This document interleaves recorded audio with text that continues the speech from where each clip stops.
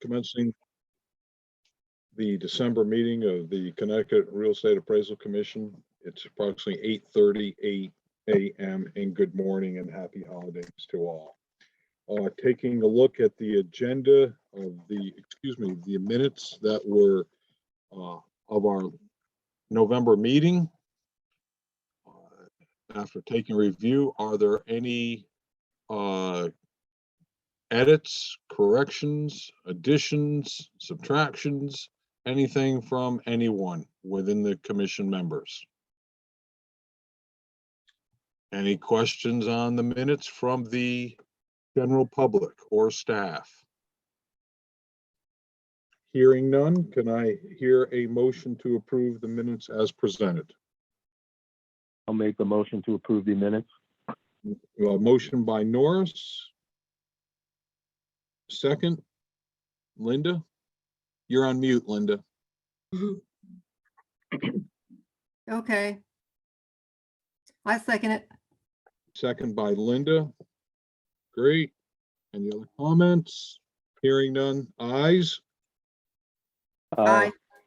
Okay, it passes. There we go. All right. I'm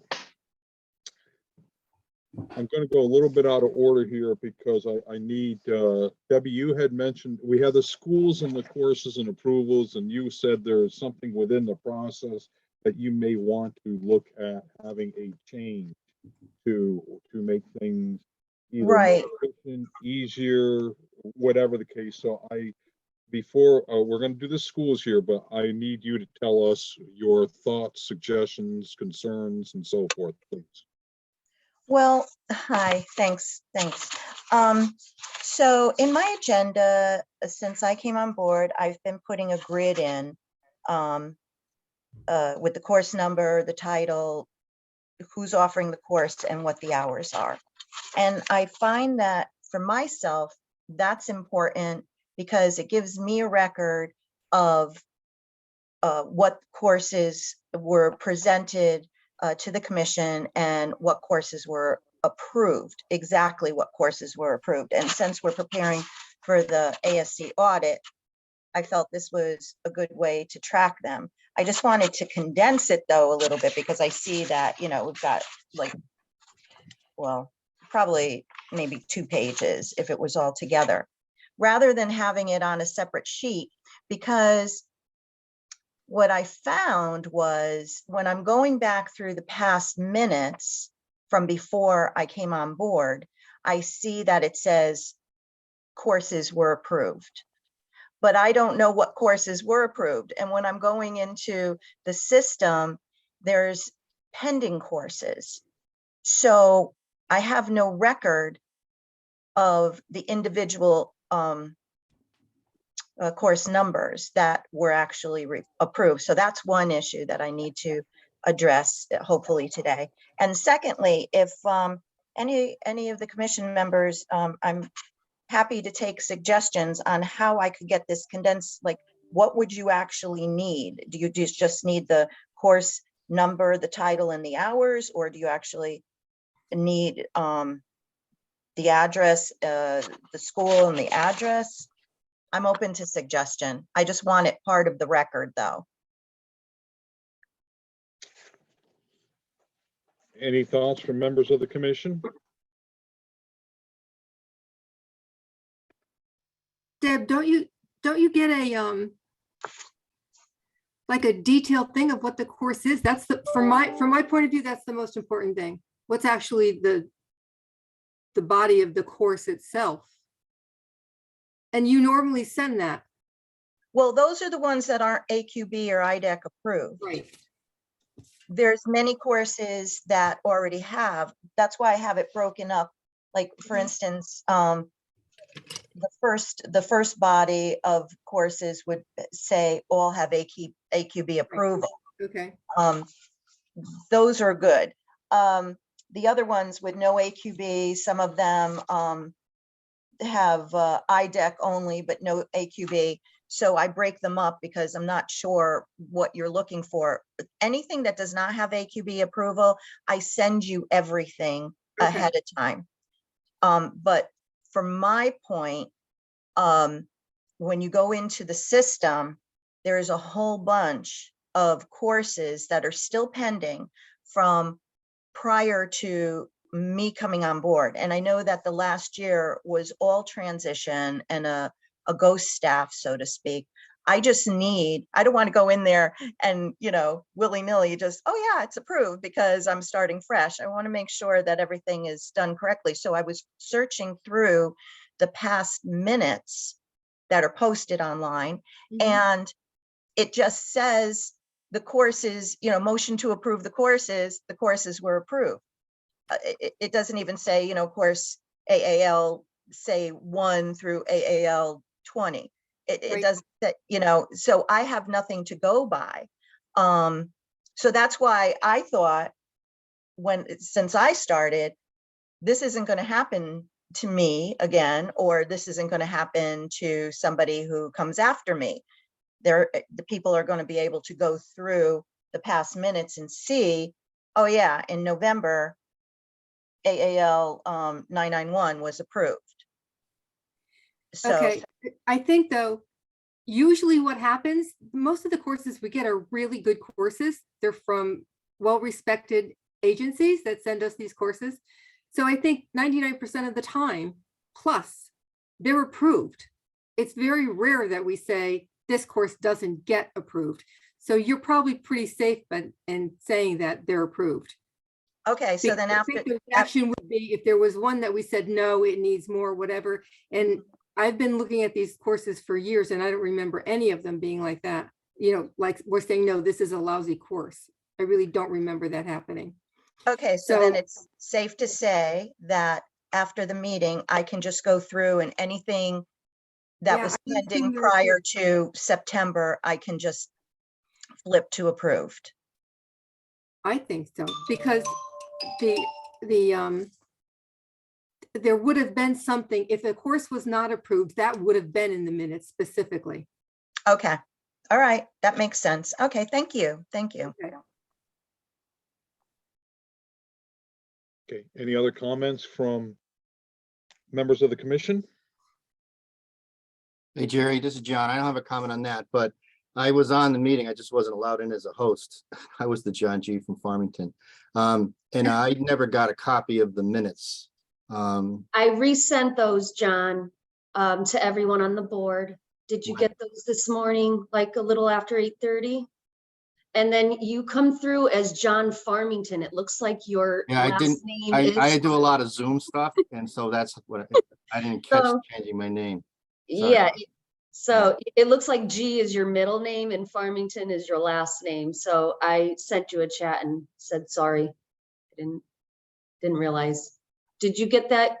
You should have gotten that email this morning with the minutes.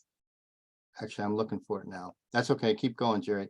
Okay, any comments from the general public as well on the motion or the matter that was just discussed?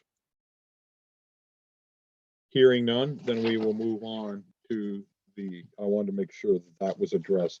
Okay, DCP investigation complaint record update. There's 5 complaints. One should be closed. Actually, one should have been closed yesterday, but I got swamped. So it'll be closed before end of week.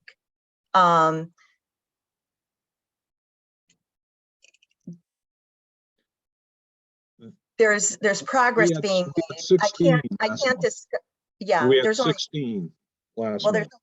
right. There's only 5 in my queue, so they've been closed. Okay. How did we close 11 in a month? What were they? What was done? We're I'm gonna need a very distinct, detailed summary report, because when the feds are coming in, and they are coming in April, they're gonna wanna see this. And they're gonna wanna see, this is one of their hot buttons going across the country right now. So I Okay. would give a suggestion of what, but go ahead. Of the 11, what was done? What did they You know, pertain to? I'm not really sure, quite frankly. I think, and I've been meaning to reach out to my supervisor about that, because I feel that perhaps somebody went in there and closed the nondescript ones. There were some that we could, I mean, everybody's got a valid complaint. I do understand that. But there were some that really we couldn't do anything about. And I believe they just disappeared. So I'm thinking somebody must have closed them. I know I closed one. I wrote a report about that. Actually, I think I closed two that I had to write reports about. But I can get that. I can send you that that detail this week. Yes, please. Any questions by members of the commission on this? Yeah, this is John. Listen, there's a complaint out there, Deb. I'm aware of it. It's a very serious complaint. I It's made some been- good headway on that. It's over a year old and Mhm. it's been going on for a year and a half now. And it's something that if we can't stand up to a commission and take care of, there's no reason to have a commission.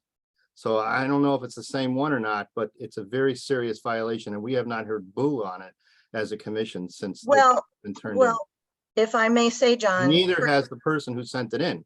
He hasn't heard anything either. Right. Actually, I gave him a call this past week. I didn't get a response, but I But made before we some, go any further, Jerry, what's the appropriate way to do this, Vicky? To make sure we're talking about the same thing, can I call Debbie and talk to her about it and then I'd have to recuse myself? No, No, we- you cannot discuss the cases until it comes before the commission, that's, unless you're asked to step down, and you haven't been asked to step down, so. No, you can't, you can't talk to her about the case. And actually, Debbie, you should not be saying what you've done in terms of investigation. So my thought is, you're saying there's a case that's out there. I think everybody is aware that there's a case that's out there. There's 16 or 11 cases that are out there. So I would just leave it at that. Mhm. No, you can't, to Vicky- answer your Vicky, question, though- you cannot respond. Vicky, I hear you loud and clear, but I have to be very blunt and frank here. A month ago, we had 16 cases. Now we have 5. 11 have been addressed in a month. And we can't attune to how did 10 of them get resolved? That is a concern. well, I understand your concern, but I don't know. I don't know your answer. I can tell you what I did. Yeah. I don't know if anybody else did anything. So before you get elevated, concerned to the next degree, just let me find out. I have to get in touch with my supervisor and see if anybody else went in there and just cleaned up the cases that we couldn't move forward with. That's it, period, done. I can't share I was trying to figure out how to share my screen where I could just show. No, them. don't do but I that can't for do- I whatever can't do legal that. reasons. But Yeah. don't do that for legal reasons. But Yeah, but I I checking cannot- right now, and there's only 5 entries. So that's all that's active, that's showing up in my queue. Okay, so if we had 16, now we're down to the 5. As a commission, I don't recall, can you come back to us? Vicky, can she come back to us next month or whatever and actually say, hey, number 16 was dismissed because of this and go down the list and explain it so we know what's going on? And She so can we say that. She can say in a generic way, of the 11 cases, 3 of them were value, 2 of them belong to the Department of Banking, 4 of them belong to da-da-da, whatever. Yeah, she can say in that way. She can't say, case number, 22111 was John Smith and we da-da-da. She can't say that, but yeah, she can give it. Yeah, she can give you a summary of those Vicky, cases. Yes. Vicky, let me, now I'm getting annoyed. Okay, the general public has a right to know about things. And number one, we should have on a chart at a gosh darn minimum, case 22-4474 XYZ HUT, whatever the number is. We don't need to know, but a value dispute, we don't need the names or anything there, and what our result was. Because sure as heck, the feds are going to come through and they're going to want to know that. The general public should know if there was a case or if they were involved and so forth, that it was taken care of. I don't think Why we've ever can't given we- case numbers, Jerry. What's that? I don't think we've ever given case numbers. Oh, Well, yeah. we Gary, you and I should, have been here since the beginning. We had case numbers and we knew what happened absolutely. at the end. Okay, well, okay. Here's why. I don't mind volunteering my time. I love doing this, but it's very, periodically I'm getting I get regular calls, regular people ask me questions on use PAP, state law, stuff like that. But when people keep cornering me about a case that what's going on? What's going on at the state? Do they know what they're doing? You know, that kind of stuff. Do you guys have anything? You know, you're not doing anything. Why you're not doing anything? It's very, very frustrating, very frustrating. And I'm on Jerry's boat. I'd like to hear what the heck is going on as much as you can, or definitely more than we know what's going on. And I don't mean to be worked up about it, but I know what this case is, and it's serious, and it's embarrassing that the state is not doing anything, and it's embarrassing as a commission that we're not doing. You know, well, with all due respect, I think, like I said, we will Which give makes me, you, Vicky, which makes me wonder if this case somehow is not in the queue, and it may have been somehow dismissed already, and that's why I'm concerned. So I will, can I at least reach out back to the person who initially called me and ask them to reach out to the state? Is that okay? Can I do that? I don't think that's appropriate. Then how do we know this case is even in the queue? The case is, if it's the case that I believe that you are referring to, the case is in the queue. I can tell you this, I have talked to, and I think there was some concern as to what the jurisdictional authority was. I had to reach out to the AAG's office, the Attorney General's office, and I reached out to the AAG. Alan Panansky, he has since retired. He has retired, or he's retiring effective December 31st. But I did speak with him.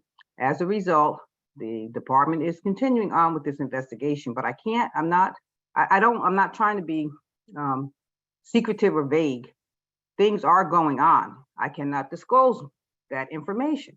I don't know how else to say it. Okay, I understand that. I'm just trying to confirm that it's the same case and not a separate case. How do we do that? It's the same case. It's the same case. Because the other case, the nature of the other cases are not of the same nature as your case that you had referred to previously. There's only one case involving the same elements that you have. The other cases are of a different nature. I can tell you that. All right, That but I you can said say. last month that everything is within a year, and this case was submitted a year and a half ago. So that's why I'm wondering if somehow this particular case I'm talking about got dropped. My concern is there a way to confirm that? I mean, how as a commission we can confirm that case? Or when will we know about this other case you're talking about? If, you know, when's that going to come to our light? Are you asking? I'm sorry. I'm not sure. You're saying what other cases coming to you? No, you know, I guess we can wait another month. I mean, I'm not, but if it's two different cases, either I have to call that guy and tell him to reach out back to the state to make sure his case, it's the same case, or somebody from the state has to reach out to that guy, but we don't know if it's the same case. So my question is, No, as a It's the commission, when are same we going to, case. well, you keep It's the saying same that, but case. Well, it's the same case. then how come this guy hasn't been talked to in a year and a half? Nobody's reached back out to him in a year and a half. There's a bank, a lender involved and everything, and no one's reached back to him in a year and a half from the state. Well, I can tell Linda you, Robitelli was on here and she said they have sent out a package to him for additional data. That's what she said on this commission a number of months back. That gentleman has not received anything or heard anything. So that's why I'm wondering if it's a different case.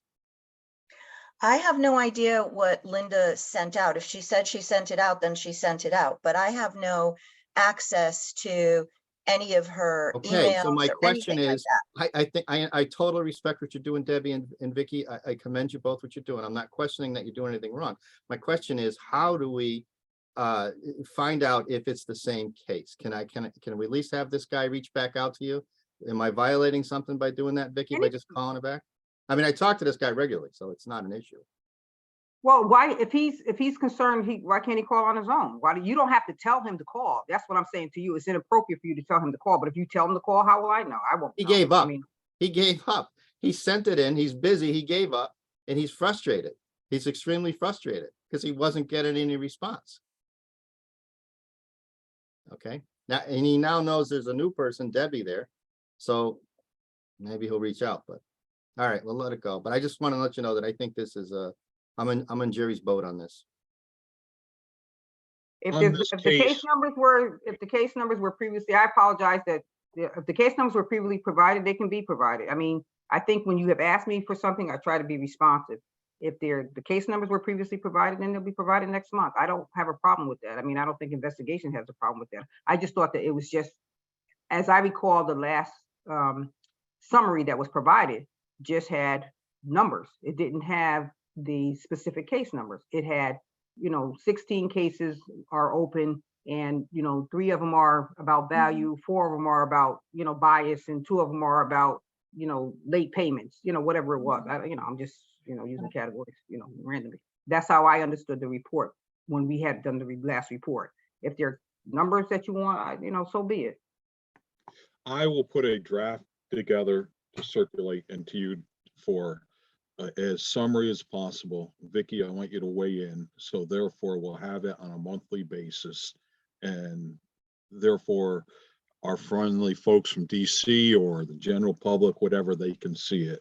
And I will put that chart together for you, and you can tell me what works or what doesn't work, because you got to No, keep that's us fine. in the fairways, okay?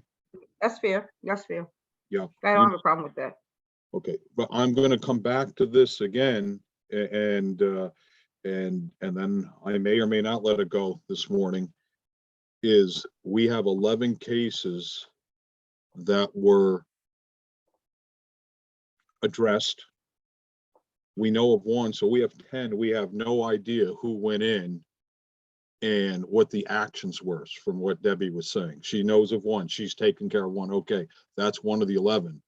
And we don't know who went in there.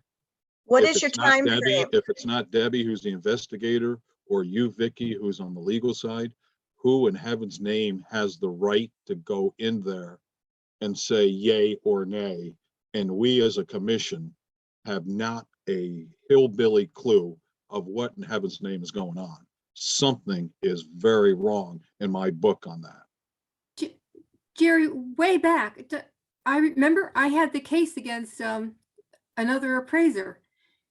And the commission is the one who sat in front of us, and we had the whole discussion. I know. But And that, the commission made the decision whether they were right or wrong. That has gone away. We have no control over that anymore. I have no idea, Linda. That's why I'm asking questions. Someone went in, from what we've heard this morning, and 10 cases have been addressed, eliminated, or whatever word we want to say, and no one knows who did it.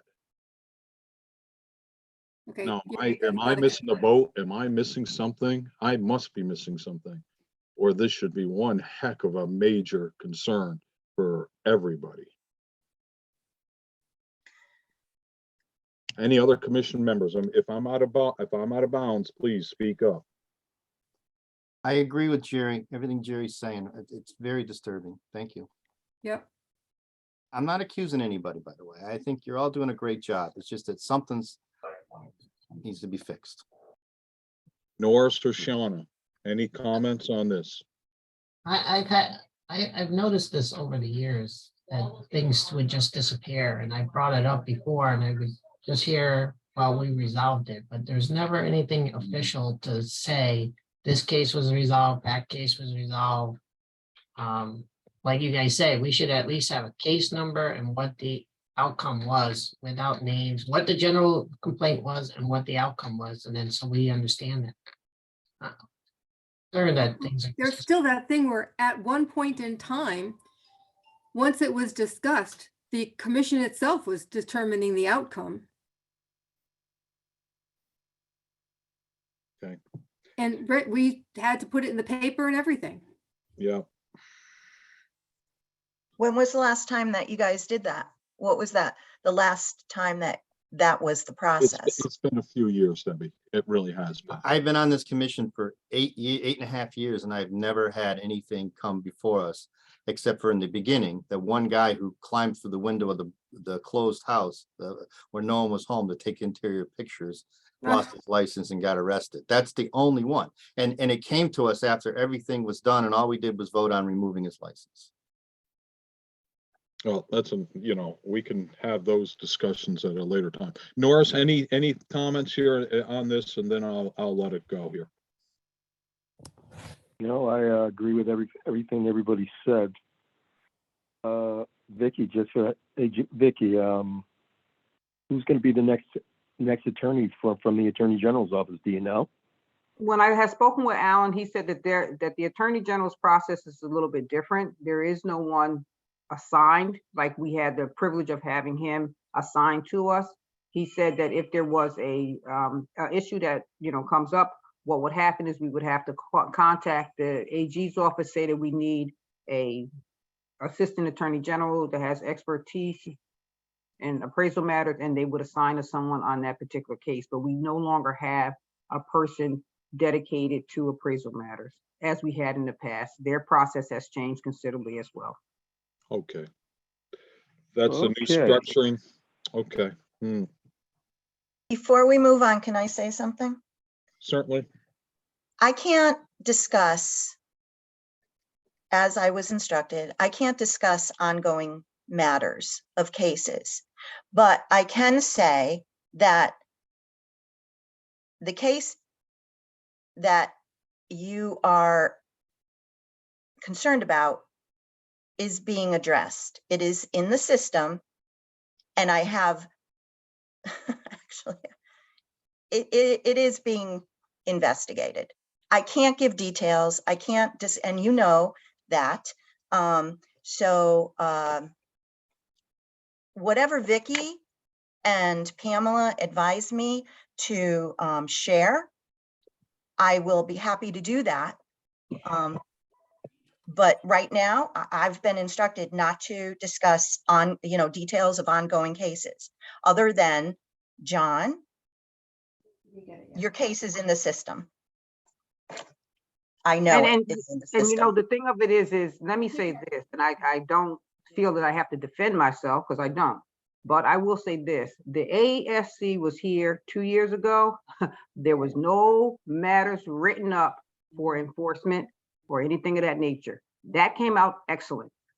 2018, when they were here in person, our rating was excellent. So I understand that everybody has concerns, but I can tell you that things are being done as they are, by the book, if you will, as they are supposed to be.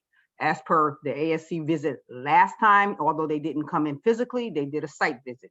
The one thing that we were cited for was one thing not being reported. One thing out of all of the many matters that we have, and there's quite a few licensees. So like I said, I'm not defending myself, but this whole thing, as though it's some secret, there is no secrets. We're trying to be transparent. I will get more information relative to the case numbers if that's what a concern is for you. I can get that addressed. But otherwise, that's it. That's all, it's pretty much it. So I think we're all set with that. And I hope that eases some of the concern. We will get a more detailed report if that's what you need for you. Thank you, Vicky. And you don't have to defend yourself in one shape, form, or matter. But I am going to say, and I think you will share as well, I would thought only you or Debbie were allowed to go in and, within your system and say that they have been resolved. And what I've heard here is neither you or Debbie have done that, and 10 cases have been resolved. And as of this morning, no one has been able to give me an answer who did that. Do you understand where I'm coming from, Vicky? Yes. No, I do understand that concern. I think if we don't know, we don't know, but it's not to say we can't find out. We will find I know. I mean, Yeah. it's probably concerning to you as well. You and Debbie, like Absolutely. what happened to them, and you know what? Now we're aware of it. We'll get to the bottom of it. That's all. Absolutely. May I Vicky, interject here Vicky. too? It could very well be in like user error in the system, because I'm here 3 months. I go into my queue, I press, I choose whatever button I'm supposed to be choosing that I'm aware of, and then it populates my queue. Perhaps there's something that I'm not, a button I'm not choosing, you know, a checkbox that I'm not choosing. As I said, I will check with Pamela and, you know, just confirm that everything that's supposed to be in there for me is in there. What, like, as I said, I go into queue, it just populates 5, which that case, John, is one of them. And, but I will get to the bottom of if those are in fact the only ones in there. I'll ask, how do I find out who went in and did something if it was? But I don't believe in getting upset over something that may or may not be fact as of this particular moment. If that was a concern, you know, had I known ahead of time, then I would have been prepared with an answer. I don't know at this particular time who I go to other than Pamela, my supervisor, to help me confirm if there's any other buttons I should be pressing when I choose, you know, the population. So Okay, we Okay, will. can I, Jerry, can I just real quickly, on Can last, I, oh, sorry, go ahead, Norris. I'm just wondering, you guys are dealing with the Department of Investigation people with this. Like Vicky, I know you've done a great job, and Debbie, you're new. But where does the Department of Investigations fit in all this, Vicky? Explain this to me, because what I'm saying is, why don't we just get on the phone with the Department of Investigation person?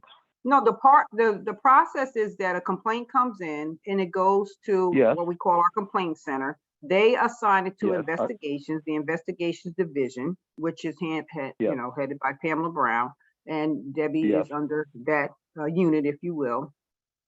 Once it's assigned, it goes into the computerized, what we call work queue. It's assigned to the work queue, and that's what the process is. And then Debbie opens up the work queue and looks to see what cases she has, or she's given a case, and looks at, you know, what the concerns are relative to the allegations or the complaints.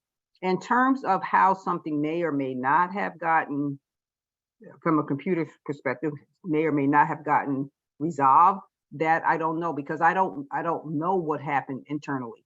And if there's an issue that requires a compliance meeting or issue that requires legal to do something, then the case is then forwarded to the legal department. So, you know, that's where we are. The cases. I understand. I understand it completely now, but I the whole point is, okay, if 11 cases went through over the last month, and they're not telling Debbie, they're not sending her a spreadsheet saying, hey, these 11 cases, I just want you to know. I just want to give you a heads up before this board meeting. Oh, again, I'm in the legal department. I'm not certain what happened in investigations, and I'm not, you know, triaging it out or separating it out. I don't know, but I will help her to find out, and we will meet and have some answers as to what took place or didn't take place or is taking place relative to those cases in question. That's the best I can do at this point today as we speak. Yeah. Thank you, ladies. I appreciate it. John, you had something to say? Yeah, so I know you talked about this, but I think you did, because I was trying to log in. But on the 6 cases that we heard last month and that we voted on, so are all those resolved now? Would they be 6 that could have been resolved? Those cases are resolved in the sense that the commission had made a determination at the conclusion of the hearing, at the October 12th hearing. That may be a part of it. From my perspective, those cases are closed in the sense that the commission ruled. However, I am awaiting an official decision, a written decision from the staff attorney that was on the meeting, Jerry Padula. He writes up all the decisions for the boards. So those have to come, you know, be written up, and Jerry has to sign off on them. But in terms of what happened in that case, because Jerry had made the decision, or the board voted at the conclusion of each case, from my perspective, you know, that case has been resolved. So that may Okay, tie so- into it, that may tie into it as well. So procedurally, case number 2022-172 required this person to take and complete a course, and then his license would be reinstated. Barton Grudgeon, yes, that was correct. Yes, I do remember. I know the case numbers, I know the cases. Yes, I do remember that. I don't want to particular- mention their name. Well, So, I did, but I know what you're saying. Yes, so in that regard, those cases, those 6 cases, what had to happen is they had to provide the department with documentation relative to having completed the course. And I think there was only 189, in which he indicated that he had completed the course, but he did not provide documentation to substantiate that he completed it, so he had to pay. no, The I other one, understand that, but can you come back to us and tell us next month, okay, these are now resolved, or did they go to Jerry? Is there somebody on the commission? Is that what you're saying, that Jerry signs off when these are complete? when How I do we get to, know? when I get the decision written by Jerry Padula, and his name is Jerry Padula, it is another Jerry. Jerry Padula has to write the decision because he writes the decision for the boards. Those decisions will come back. When they come back, they will go to Jerry, our chair, to be signed off on. But in terms of what has happened here, because the commission had already made their determination at the time of the hearing, from So my Jerry, perspective. Jerry, our chair, is gonna sign off on Martin Groves that he took the course and he's all set, and he. Well, what the hearing, what the decision was, it has to be officially written up. So he So has to I sign off know, on the but the- official right, yes. Who follows up? When do we find out that they completed the request of our, now from what I'm hearing, you're saying, what I hear you say is that the other Jerry signs off on what we voted on. Okay, but who, who finds out? I mean, Debbie makes sure they take the class, but who comes back to us and tells us when they took the class and their license was reinstated? Does anybody do that? This Or is does- December, at the November meeting, if there was anyone who was not in compliance, I would have said to you, number 172, when we had the meeting, he was supposed to have provided us with documentation to have completed the courses. He did not do that. Okay. All right, so we don't find out that they did, we just find out if they didn't. Correct, but I mean, if you want me to say at when it's legal's turn, if you want me to say to you that all parties that were on the October 12th, that everybody's in compliance, I can say that so that it's clear. I don't have a problem with that, if that's helpful to the record, if you will. Or That if would be you would helpful to me, prefer, because it would give me closure. I don't know about anybody else, but for me it would. Oh, you're right. I don't have a problem with that. It's not my turn yet, but let me get all the numbers. Let me get the numbers and I can provide that update, if you will. We can do that also next month, you know, Vicky, because we've been out of left field. Again, I'm gonna just throw a chart here, you know, you can take in consideration for you and Debbie to, you know, if this works, and not to be arduous, but therefore clean, concise.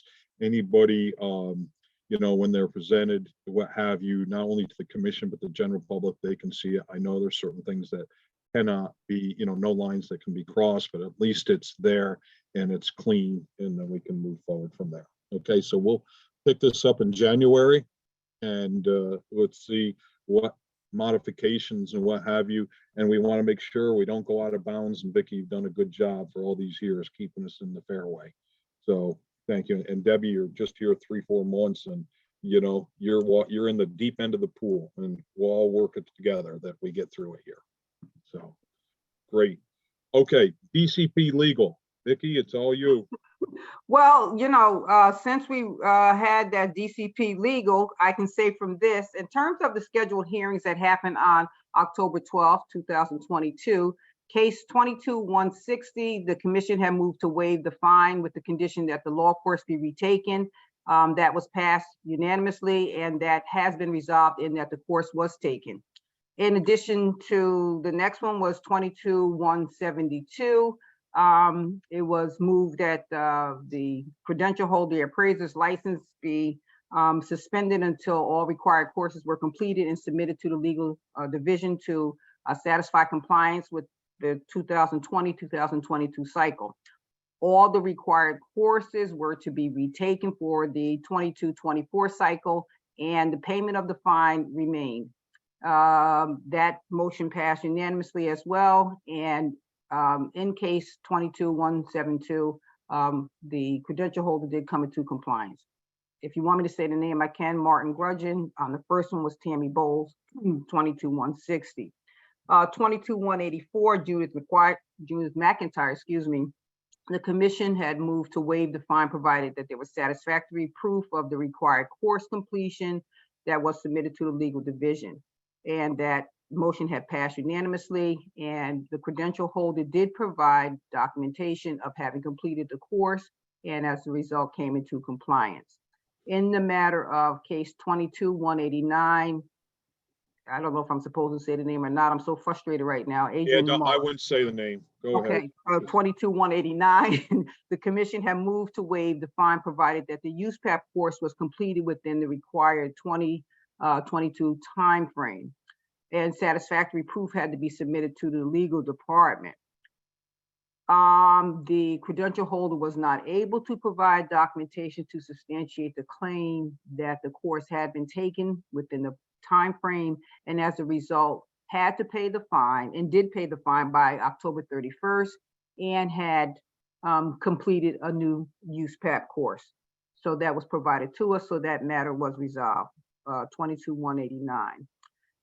As it pertained to case 22-224, the commission had moved to waive the fine provided that there was proof of completion of all required coursework, and that had to be submitted to the legal department, and that was done. The USPAP course needed to be, will be retaken. I'm sorry, the USPAP course will need to be retaken for the 22-24 cycle. At the conclusion of the hearing, the credential holder had provided documentation to substantiate completion of the appropriate course, and the fine was waived, so that matter was resolved. As it pertained to case 22-254, the commission had moved to waive the fine provided that there was proof of completion of all the required coursework to the legal department, and that was done. So that matter was resolved to the satisfaction of the department. So in terms of all, excuse me, all of the cases that were just set forth or itemized, everybody has come into compliance. The names have been submitted to the ASC as was required within the 5-day time frame, and that's an update, if you will. Great, thank you. Any questions by members of the commission? Hearing none. Any from staff or the general public? Then we're good. Thank you, Vicky. Okay. Vicky, I'm going to ask one other question under this title. Is there anything that we need to start getting ready to be of assistance to you for our visits from our friendly folks from DC in April? Not at this point in time. Okay. You know, I would say next month we'll have a better handle on what, if anything, we need to have done. But today, as we speak, maybe a lot of prayer, but no. I think no, in all honesty, I think you're you in know, good shape. we'll be ready. We're not quite there yet. We never are. We're not quite there yet. We're always on, you know, pins and needles, and, you know, trying to get everything. And with this, you know, this period of transition, you know, it will be a challenge. We're hopeful that Linda can return to let us know, you know, what we need to do. So, but we're all set. Let me ask you this though, in fairness, everyone, they are coming, what dates? We have April 23rd to the 28th, correct? Yes, that was just confirmed. That's the only communication that I've had with the ASC since the last meeting. I heard from Tom. Oh, gee, I forgot his last name. Lewis. Yes, thank you. Yeah, Tom Lewis. He did. Lewis?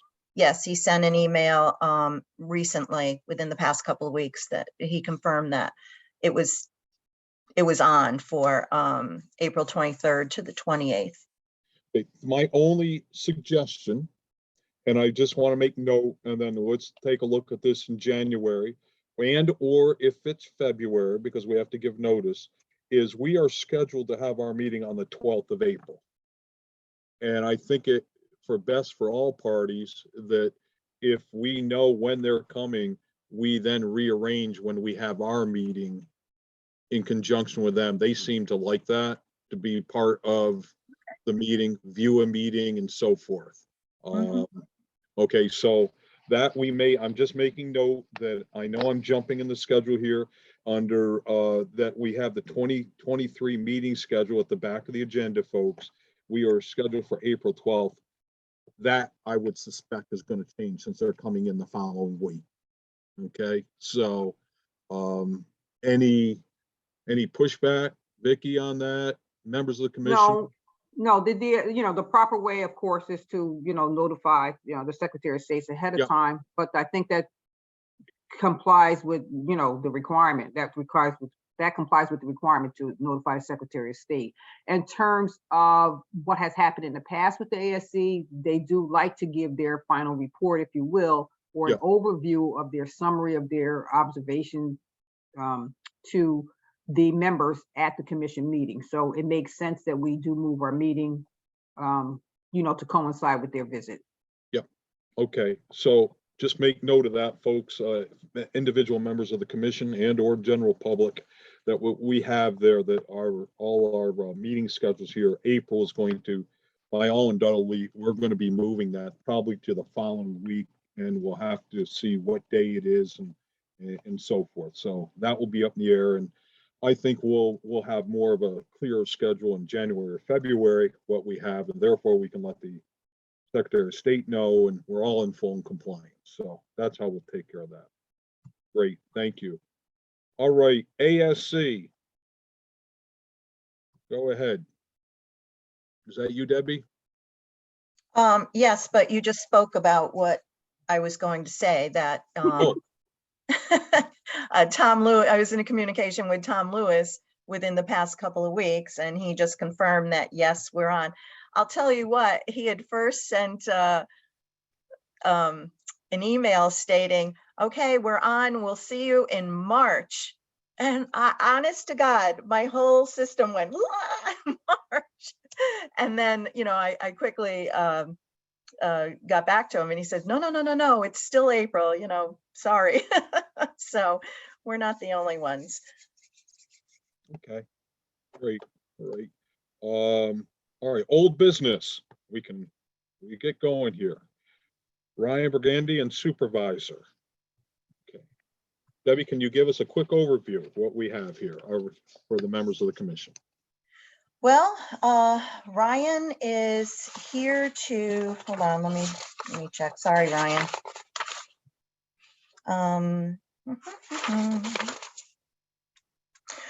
Last commission meeting, I had put Ryan down, but he didn't, and it was probably my fault. He did not get an invitation to the meeting. He's requesting an extension of his 6-year provisional status due to expire in June of 2023. He's finding difficulty, or he's having difficulty finding the AI courses in person because of the COVID situation.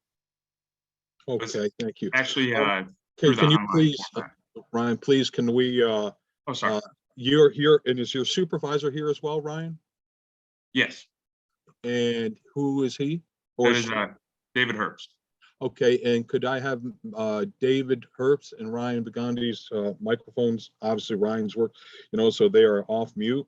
And for the record, Ryan, can you give your name, spelling out your last name and your place of employment? And Mr. Herbst, I'm going to do the same for you. So, Mr. Burgundy, please, you go first. So my name is Ryan Burgundy. Last name is Brighindy.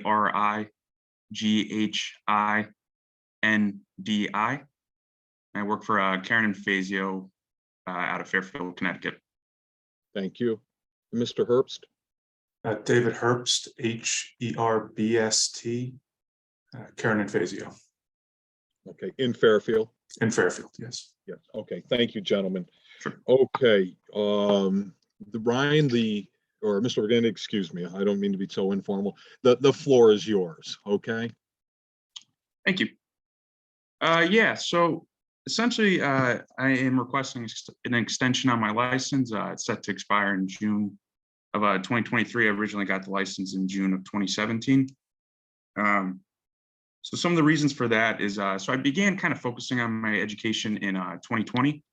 That, unfortunately coincided with the pandemic. So while I was able to take the courses online, unfortunately, it made it difficult to schedule exams during the pandemic. I think a lot of testing centers reduced capacity. And so oftentimes I would finish a course and I'd have to wait anywhere from like 2 to 3 months to schedule an exam. So it kind of extended out the whole process for me.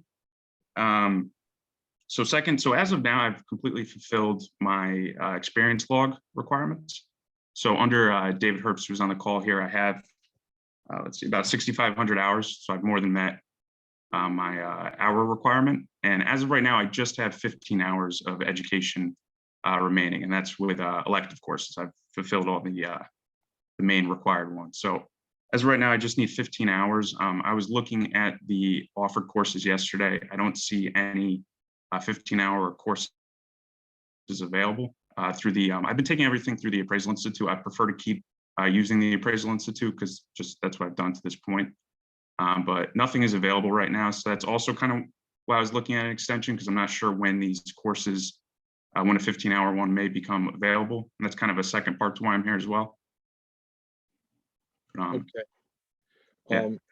I have a quick question, and I'll open up to other commissioners. Of course.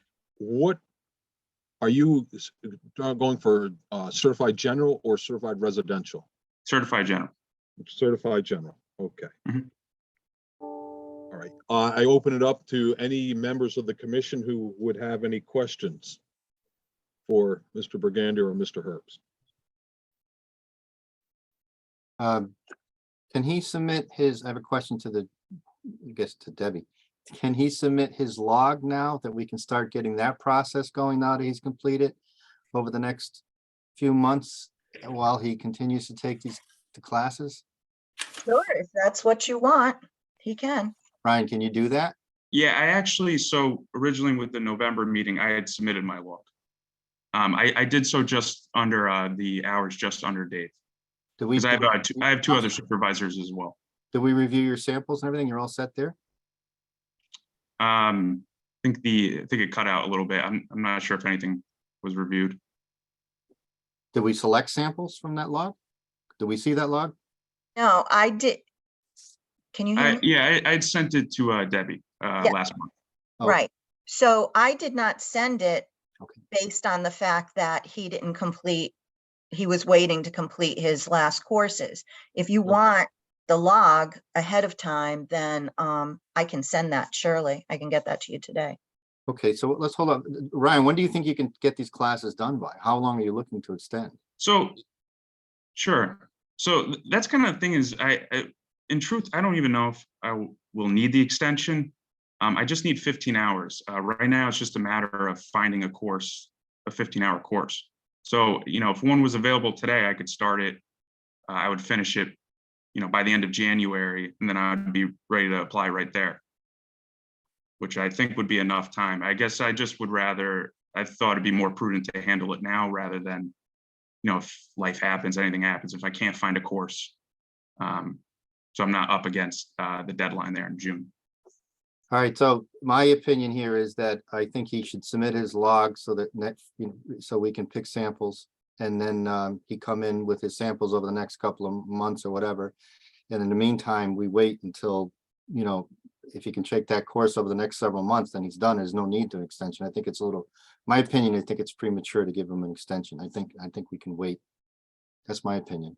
The other thing Other too is, members of the commission, okay, Linda, go ahead. yeah, if in the short term that you're looking at, you can't find a course by the Appraisal Institute, McKissick has some really good courses. You can, and they have many more courses that are available. So you might be able to find something there, and it doesn't, appraisers typically mix up courses to whatever has got the best course when they have time to do it. So you might just do that. It's not Sure. going to Change anything? Yeah, as far as I think I looked again yesterday, McKissick has one course available that's 20 hours, which I could do. I obviously, before I signed up for anything else, I wanted to Right, first come here. yep, okay.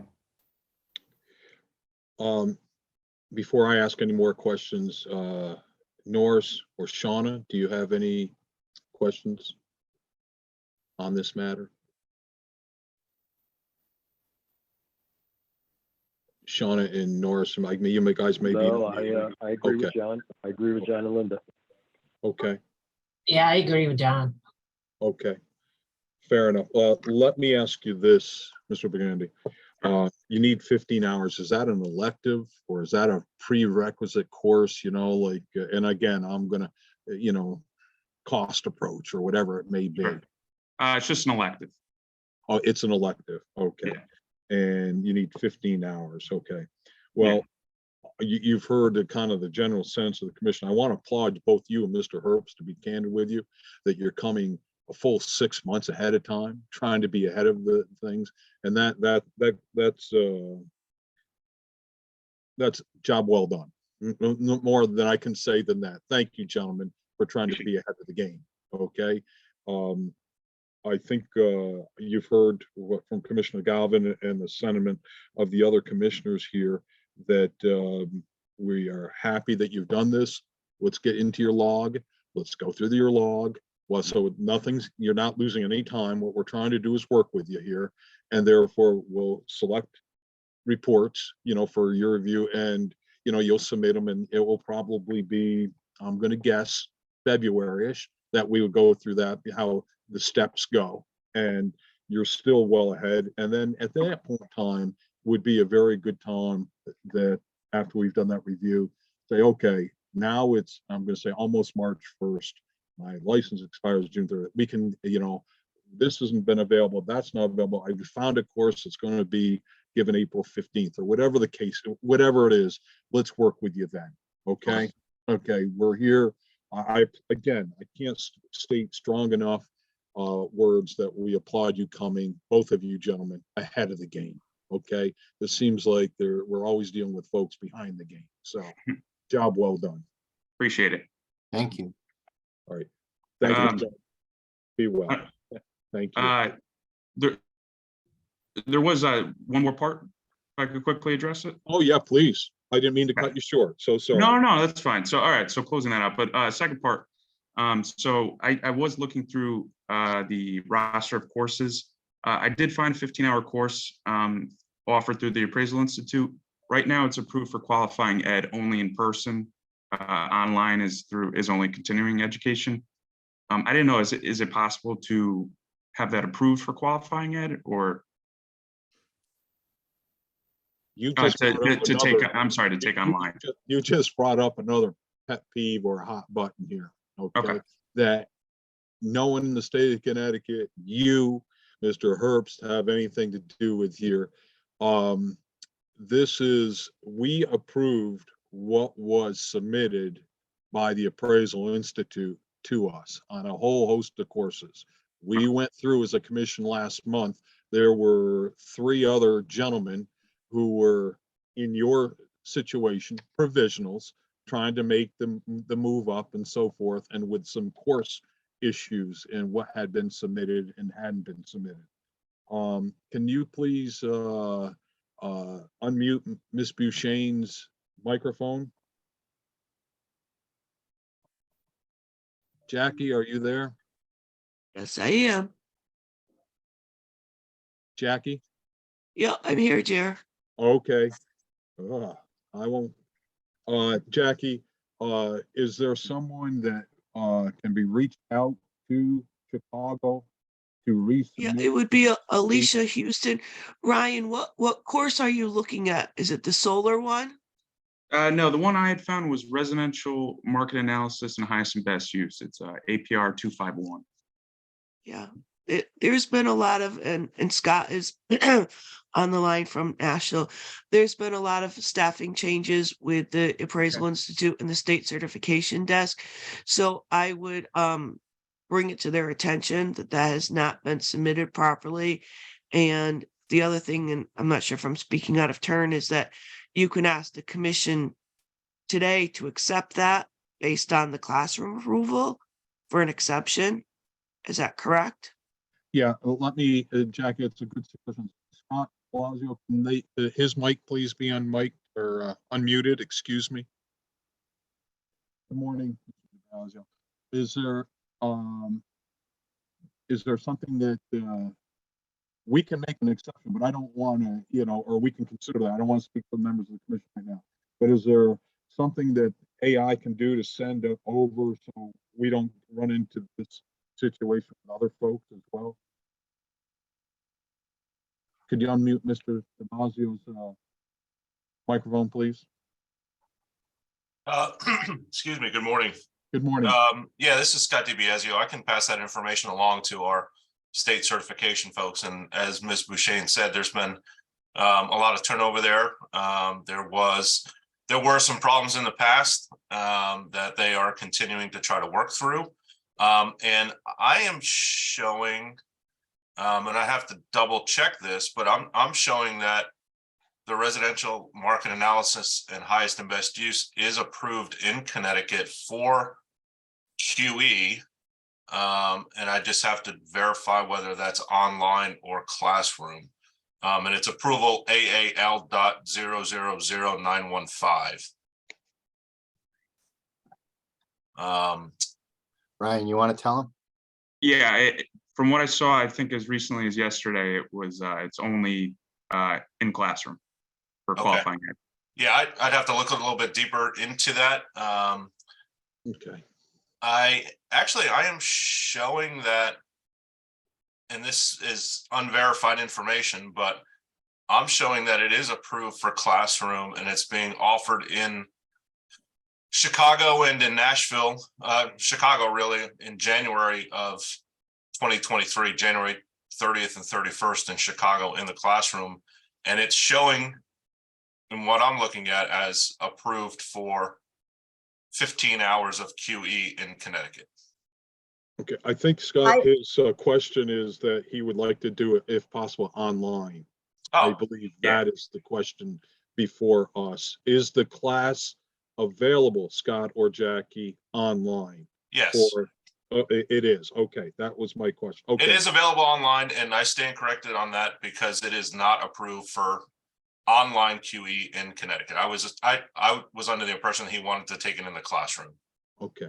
But I will pass that information along to our education folks and see if they can get it approved for online QE in Connecticut ASAP.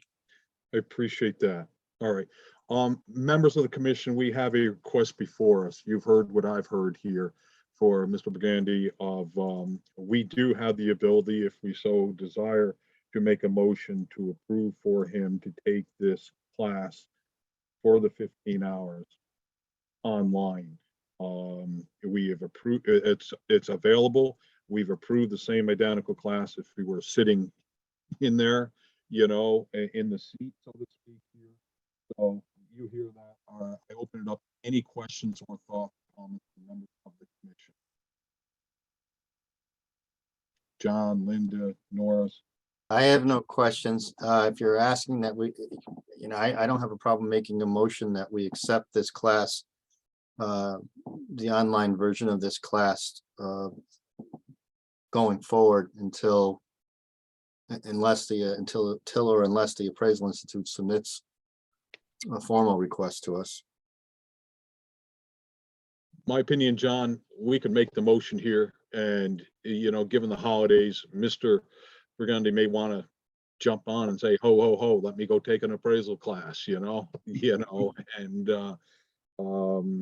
cup of eggnog on the side and let's go, that type of thing. So if we move it along, I'm just trying to be, Yeah, I made the motion. Someone else has to second it then. I'll second it.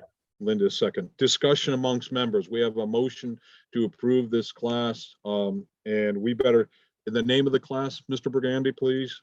It is a residential market analysis and highest and best use.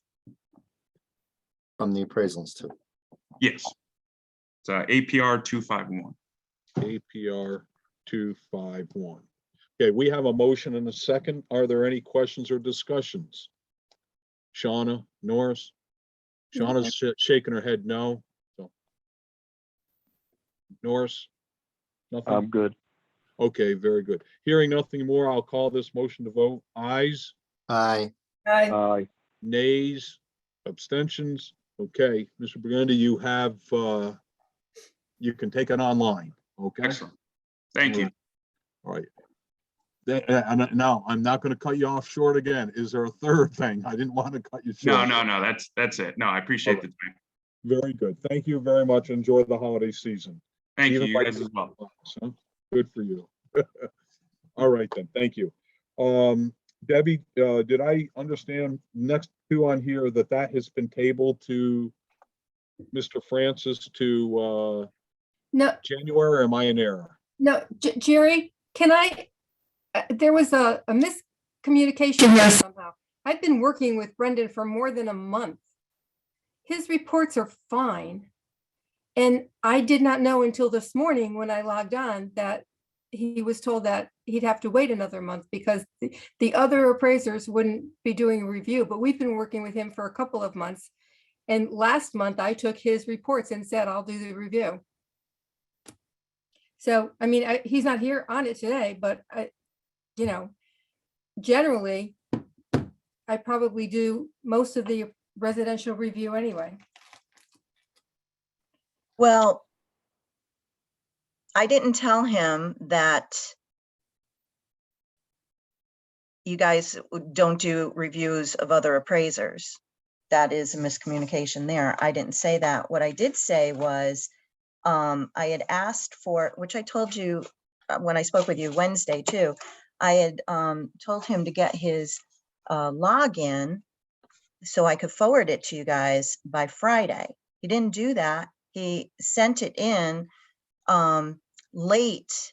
I think it was like 4:37 Monday. I didn't notice it yesterday because I was nose deep until it was later in the workday, at which time I sent it to you. I didn't feel that given the shortness of time you would have, and that could be my bad assumption, but I didn't think you were going to be able to go through the entire log and choose samples to come in. We weren't doing his log. I was doing his samples. Yeah, well, he had already come before. I scanned corrected. He did send in 2 samples. That's what it was. I didn't think that you would have time. So that's my mistake there. No, I have down that this gentleman came before us. We picked his samples. We reviewed his samples. We No, told him you're to go right. back. And then I took, Mhm. you know, a couple of more of them. And the reason they were so late was because we were going nuts.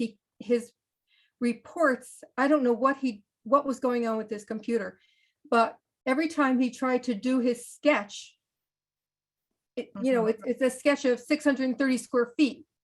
But the only thing he could get to be drawn on the software was a 10 by 63 inch sketch.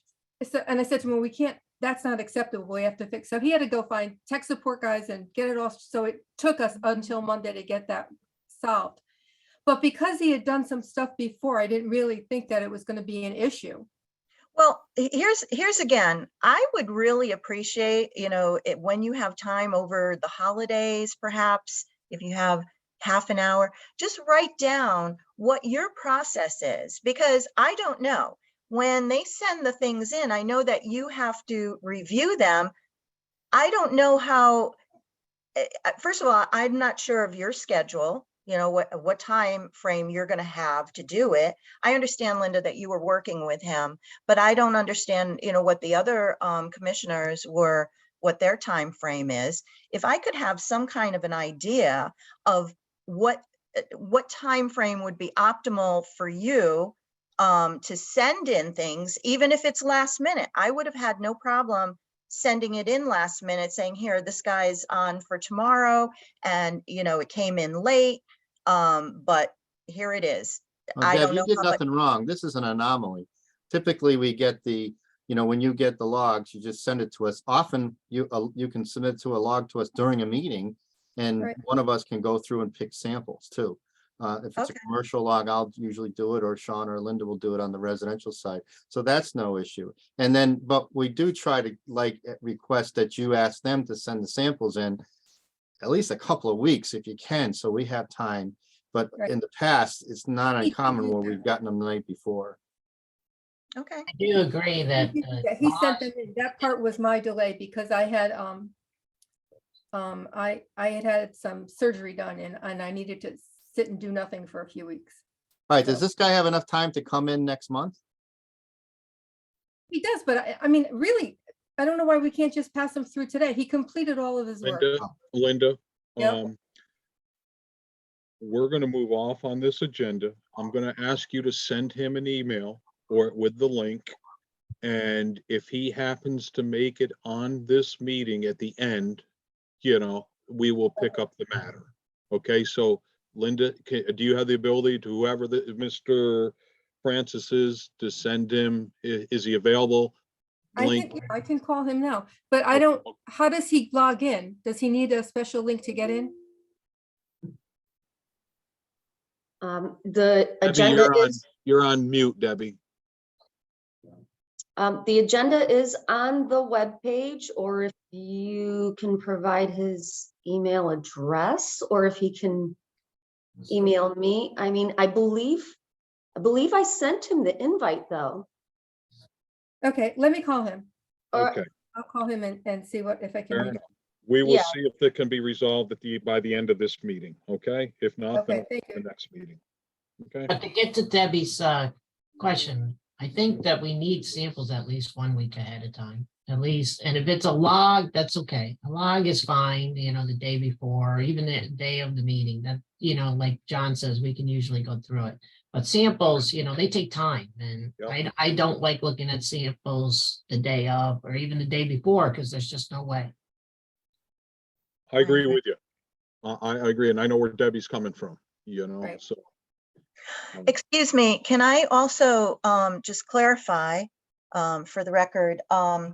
So in Ryan's case, he only submitted his log. It was just from one of his supervisors. I believe he just indicated that, or he just stated that he has other logs. So in a situation such as that, where his entire package was not complete, which is why I held it back, because I thought you had to send everything together. But should I just send a log as I get them, regardless if the package is there?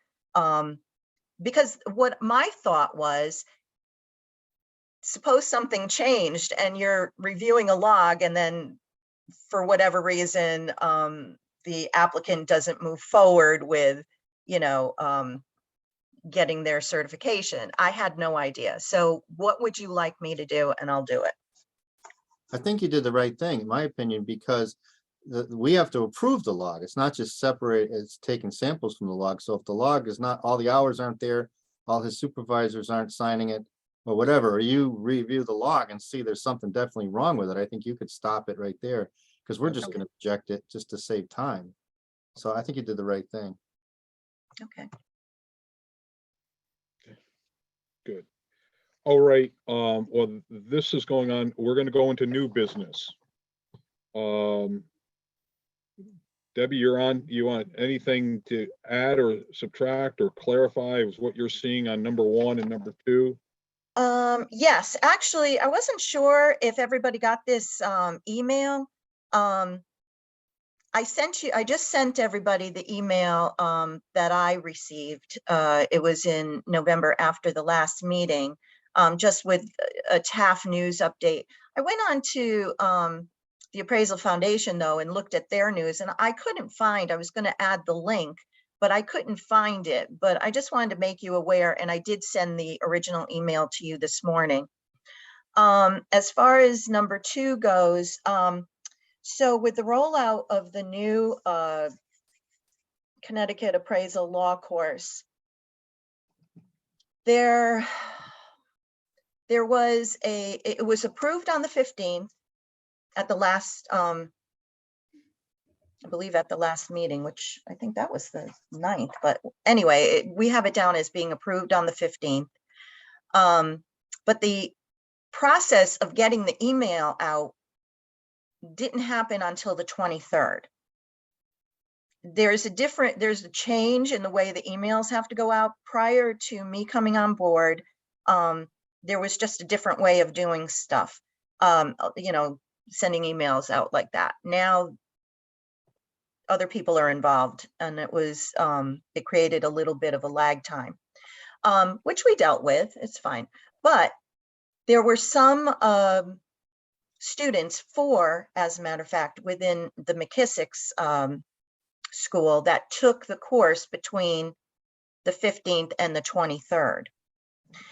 She wants to know if there's a grace period where those students can use that course, the old, the 2020 to 2020-22 Connecticut Appraisal Law course, if that would still be valid for them.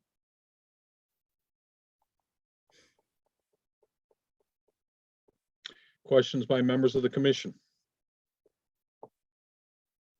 I don't see any negative issues with this. We need to make a motion to approve those four. Is that what we're trying to do here?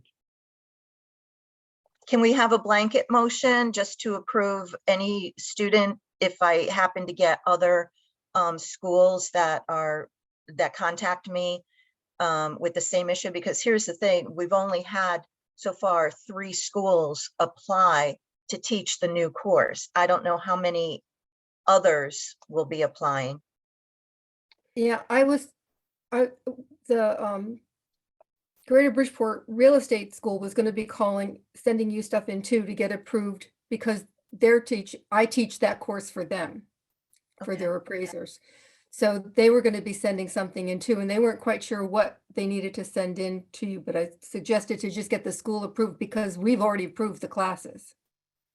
The committee has already approved the classes, commission. I personally, Debbie, to answer your 2-part question, I'm with John on this.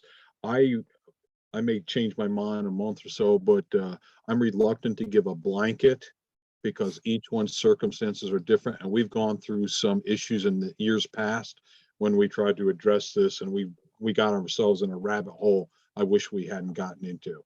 So I'm just trying to think here, let's take care of this. Let's think this whole thing through before I give a big, a blanket. That's my thought on it here. Okay. Well, Jerry, for the meantime, can we make a motion to accept the 4 students just for the Oh, McKissick? absolutely. Yeah, I meant to say that, John, if I didn't make myself clear. I'm fine with these folks. They've come forth. I just don't want to give a blanket to every school just in case. Let's think this through here. For them, they've come forward. Let's go on it here. We're going from a 4-hour to a 3-hour, and something doesn't resonate with me here, and I may be just missing something. So I have no problem with these gentlemen or ladies, whomever they may be. If this could be put on the agenda to be brought up, Debbie, for next month, so we can think of, well, I don't want any unintended consequences to come back and haunt us. Debbie, did they submit the names of the 4 people to you? Yes, I have the names. So if you saw those names coming through, you would know.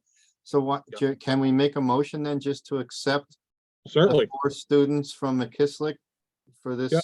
law situation right now? Absolutely. my You can make a formal- motion. That's my motion. Okay, we have a motion on the table. A second? I'll second it. Okay, Norris, you just got it in by a millisecond. Okay, John, motion, Norris, second. Questions, concerns, comments? Hearing none. Aye, Aye. nay, abstention? Okay, we've taken care of that. Okay, and Debbie, and if you can make sure that we do have that for next month to go through. I will. I just put it. I just Yep, added it. thank you. Mhm. Number 3. Go ahead, Debbie. So number 3, so Alicia Houston, I'm not sure how to pronounce her, Houston, I think. Houston, okay. Okay, she said that, well, she explained as the Appraisal Institute is experiencing the same situation as we are, where there's just a huge amount of new people coming in. And apparently these two courses, there was a lapse in the approval time. So I asked her to send me the AQB. I told her, you know, I'd have to put it on the agenda and present it to the commission. And I asked her to also send me the AQB approvals, because she said she's had continuous AQB approval for these two courses. But she somehow it fell through the cracks, having it approved, you know, submitting the applications. And I know that new courses, once they expire, have to resubmit and be reapproved. But she's just asking for the approval for these two courses to be backdated to May 1st, 2022, because the new applications, I believe, came in on August 26th of 2022. I can check that right now.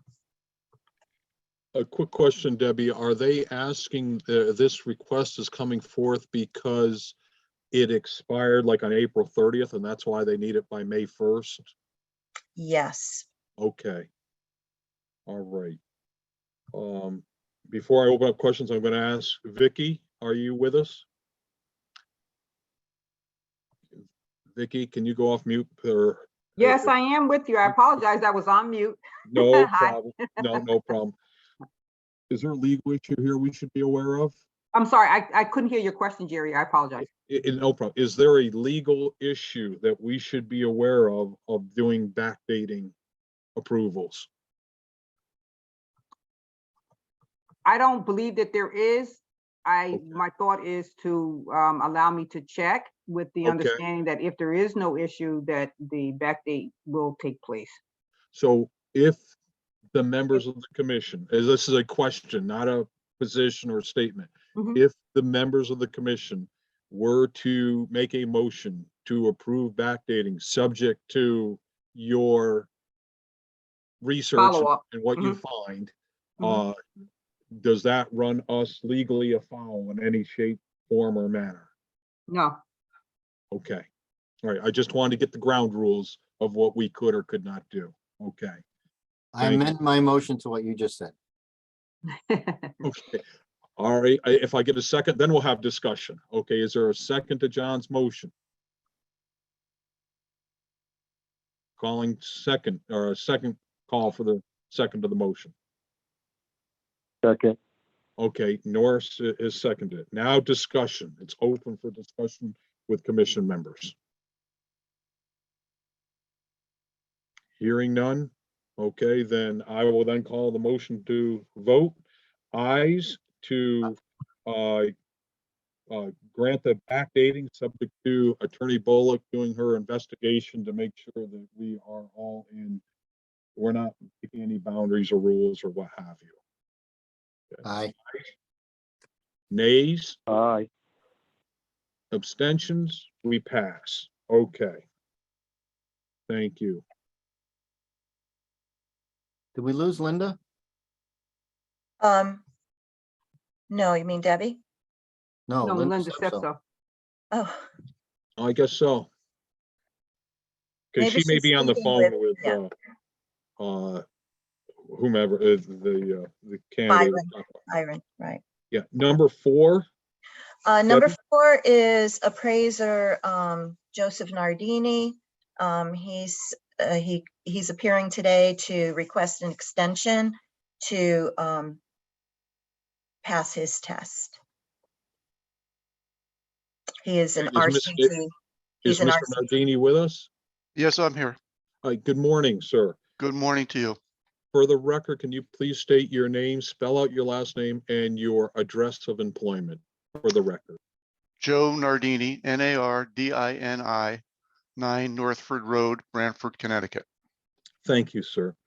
I'm giving you the floor for your, for your request.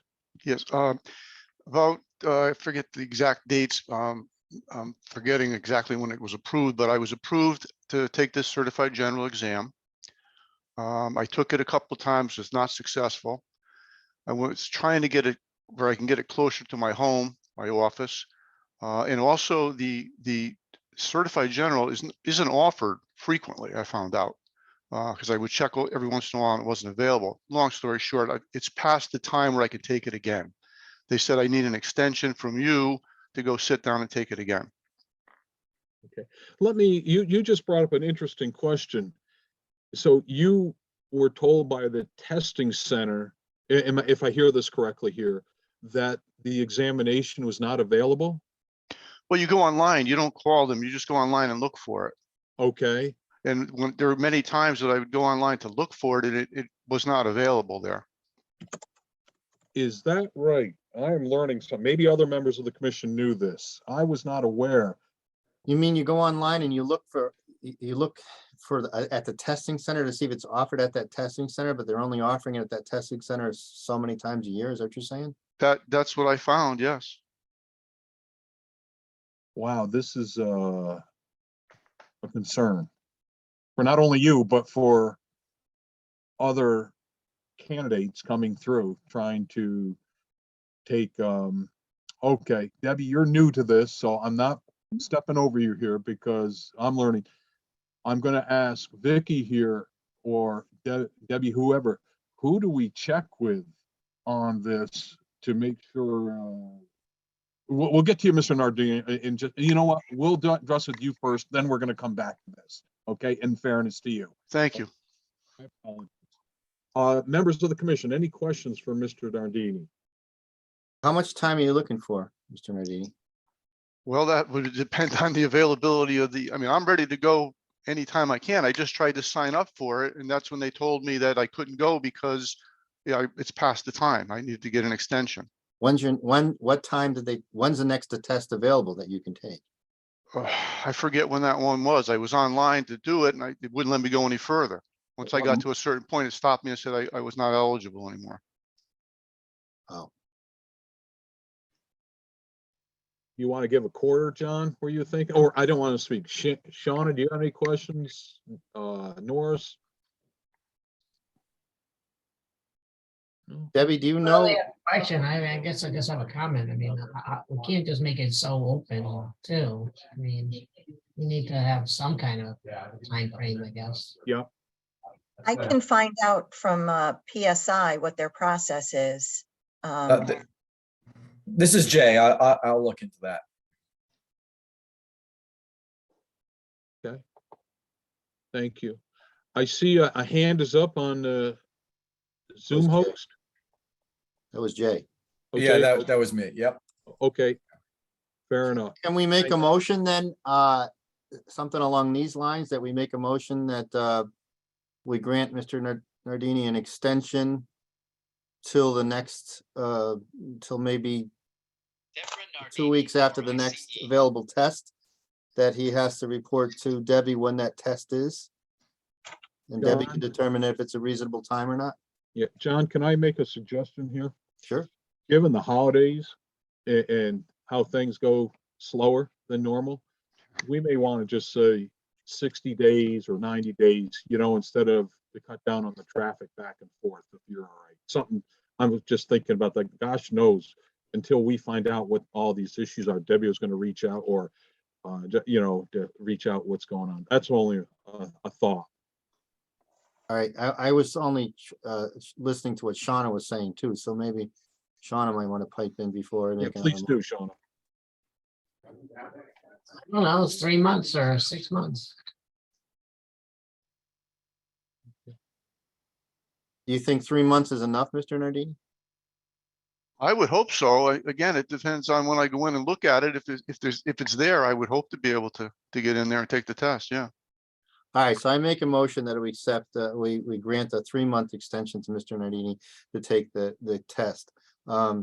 If he does, that's my motion, I'll but say, yeah, And Shauna seconded. Okay, let's do discussion on the motion on hand. yeah, that gives him time to come back if he can't. Right. Yeah. I agree. Okay. He can come back and, well, at least he's got 90 days to work with, so to speak, 3 months. Any other discussion, questions? Hearing none. Oh. I have something else, not pertaining to Mr. Nardini. Oh, It's, let us vote on this then. Is it on this, on the vote, Debbie? no, sorry, Okay. I got ahead of All right. myself. All right. Ayes. Aye. Aye. Linda, you're on mute. Linda? Okay, nays, abstentions, we pass. Can I just ask one question in terms of you're saying 30 day, 90 days? Or is that are we to surmise it's around on or before March 31st? Or can you give some Yes, report back date just for Yes, Yeah. that's fine. clarification? Is Linda accepted as a host? Is that because she had to re-log in? Linda Sepsa was on. She is a panelist, so she would have to unmute Unmute. It's on herself her end. to speak. Her computer crashed. She was finding another computer to log on to. okay. All right. While that's going on, schools and courses, we discussed things here about. Excuse me, Yes. excuse me. I have one other person here who is not on the agenda. His name is Rich Torado. And he is one of the, I believe he is one of the appraisers that is concerned about the AI course. Correct, Rich? Yes, that's correct. Okay. Those two courses from Alicia Houston. So I'll leave it. All right, first of all, we need to make a motion to add him to the agenda.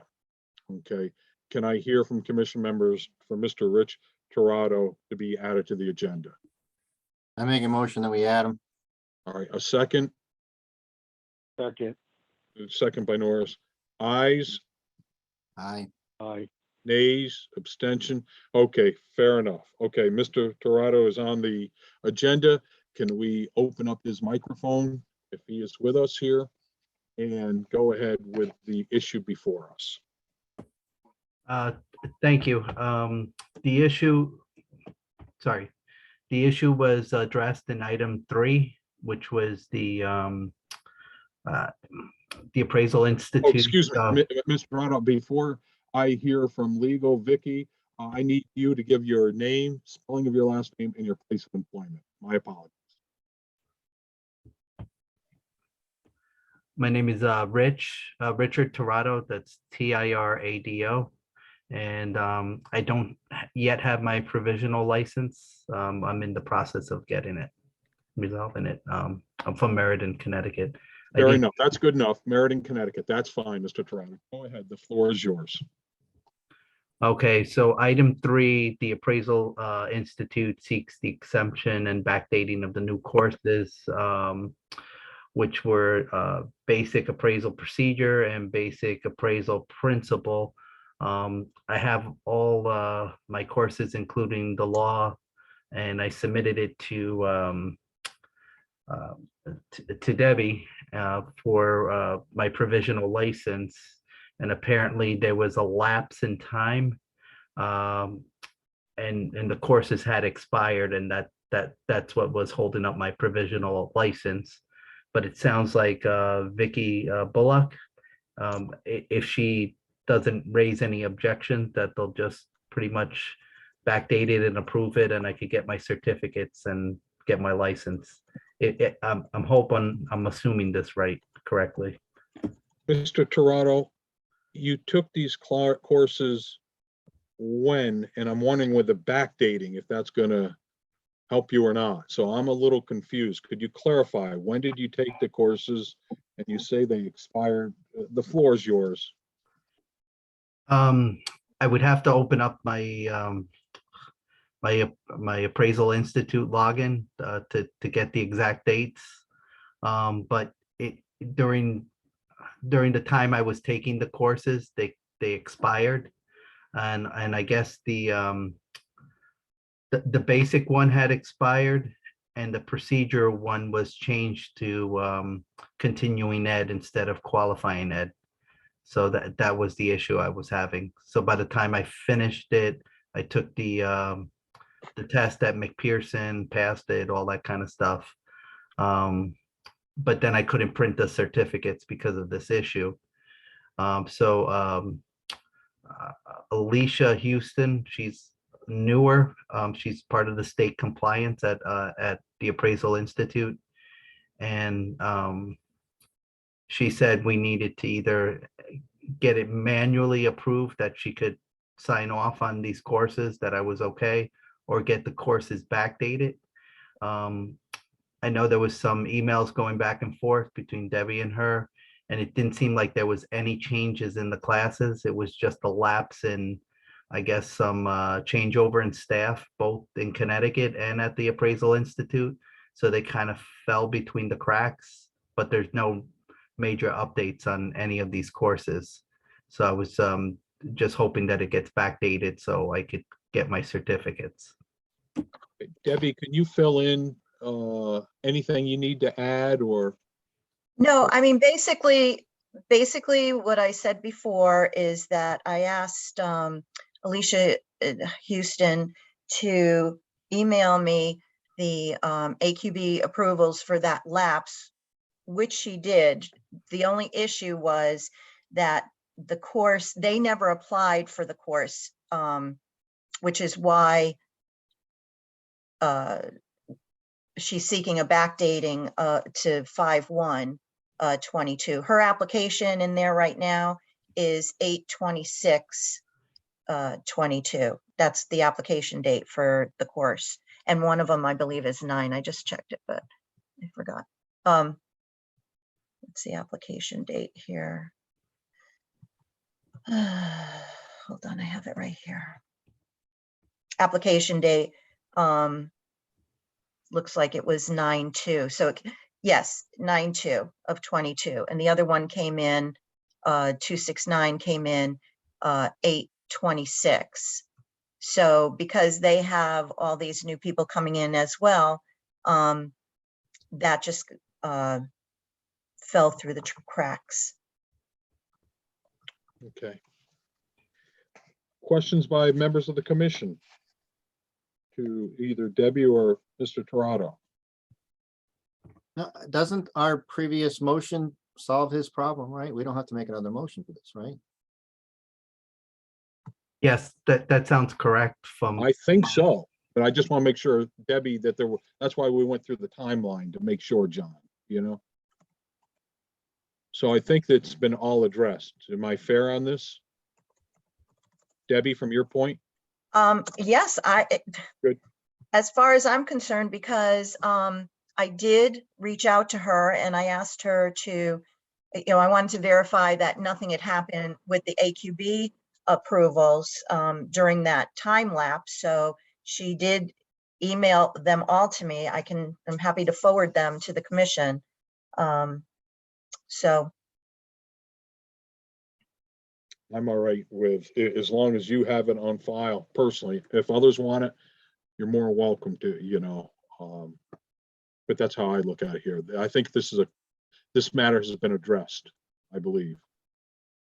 okay. Mr. Torado, then you're going to be in okay shape, all right? Thank you. Very good. Thank you now. Enjoy the holiday. Okay, is there another one to be added, Debbie? Yes, there is a Mr. Zach Bauer. I don't know if, oh yes, he is here. He is here. He's an RCG. He's seeking reinstatement for his license. Let's see here. His license expired. He didn't renew as of 5/3/22. He did take his 4-hour Connecticut appraisal law update late. However, he didn't get audited because the audit letters apparently went out in July. And at that time, he had decided not to renew. But he's all set with his, I believe I'll check it while you're talking. I believe he's all set with his class, taking his class. But I will turn it over to you and him. Okay. Can we unmute Mr. Bauer's microphone? Good morning, Mr. Bauer. Morning, Mr. Rasmussen. For the record, can you give your name, spelling of your last name, and the address of your employment? Excuse me, Mr. Chairman, Yes, do we have to put him on the agenda? Is he on thank the you. agenda? Thank you. Mr. Bauer, hang on just a second. I need a motion to put Mr. Bauer, Zach Bauer on the agenda. Make the motion. I have a motion by Norris, second. I'll second Norris. John, ayes, Aye. nays, abstentions. Okay. We'll begin again. Mr. Bauer, thank you. Could you get your name, place of employment, and spelling out of your last name for the record, please? Yes, my name is Zach Boyer. Last name is spelled Boweyer. I reside in Boston, Massachusetts, and work for Cushman and Wakefield. Very good.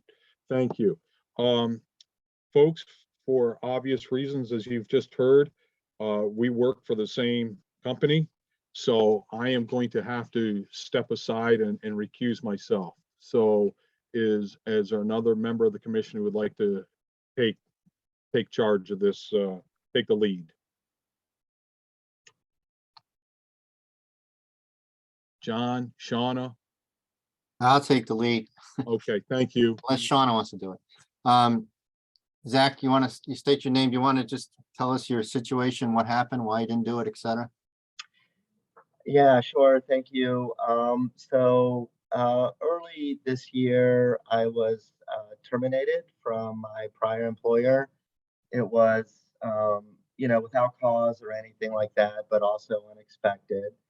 I think at that time I was licensed in around 40 states. So, getting,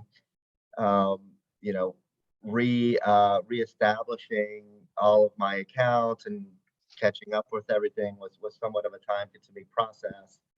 It wasn't intentional to let my license lapse in Connecticut. Just by the time I caught up with that one and taken the course, my license had lapsed. So just kind of part of my process of getting back up to speed with all of my state licenses and respective requirements. All right. And so you're now employed with Cushman and Wakefield? I am. Okay.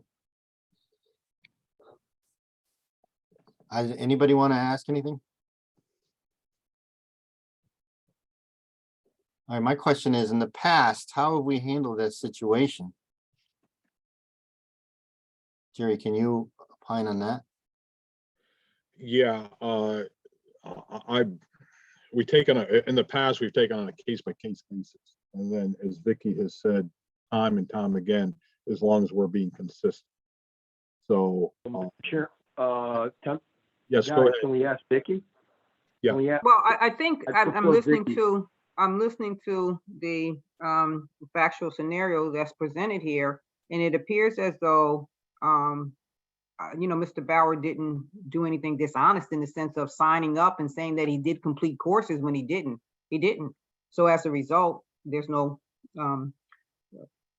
a recourse, if you will, for that. The fact that he came and said, now I would like to, I think you have to take it on a case-by-case basis and say, okay, he's coming, he's asking for this reinstatement, and I think you handle it in that regard. I don't think there's any punitive thing that should happen because he didn't falsify a document or, say, yes, I have completed it.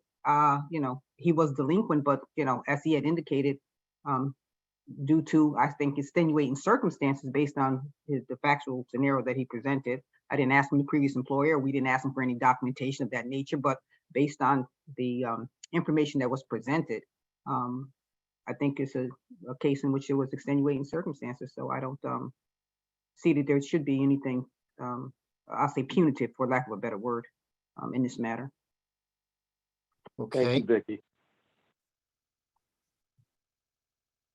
Does anybody else have any questions? Anybody want to make a motion here or anything? Because as the temporary thing here, I can't make a motion. Jerry can't make a motion. Make the motion, we approve it. Anybody second it? I'll second. Any more discussion? We're gonna take a vote. All in favor? Aye. Aye. Linda? Linda Sepso? We need Linda for this, don't we? Three of us? Linda's having issues reconnecting. She is promoted a panelist, but for whatever reason, she's not able to get the microphone going, I suppose. I did send her the invite again so she can call in, but I haven't seen her come in just yet. So does the John, I think motion you pass? can vote. I believe, John, in that circumstances, as I was told in the past, as acting chair, you can vote if you need to be, so you have the quorum. Okay, I vote yes. So it's approved. But in the minutes, so first of all, Zach, thank you, and thank you for being honest and not doing anything wrong. And good luck with your new job. Thank you. But for those taking the minutes, can we also add for this approval what Vicky indicated, that there's no punitive issue here, that he did not violate anything or break any, rules or anything like that, however you want to word it, that's fine. So we have something in there regarding that for Mr. Boyer on the minutes. Okay. And Right. also the minutes that I recuse myself. And yeah, very cute. Yeah. Yep, we'll note that. And All Linda right. Sepso did not vote. And Linda Sepsa did not vote. Okay, back to Jerry. I have a Okay. question on that. Debbie, good. So I have, after the meeting is over, then I'll just go in and approve him, flip his license to approved, correct? And then just add these notes to the system. That's what you want me to do, correct? John? Yes, I can't speak. yeah, now. that's, I recuse. and make sure he pays his fee. He's got to pay the fee too. Right, of course, of course. I mean, I just didn't want to wait until the next meeting, so I want to take care of it after this meeting. So that's why I'm asking for just clarification. So that's what I will do. And then I have one other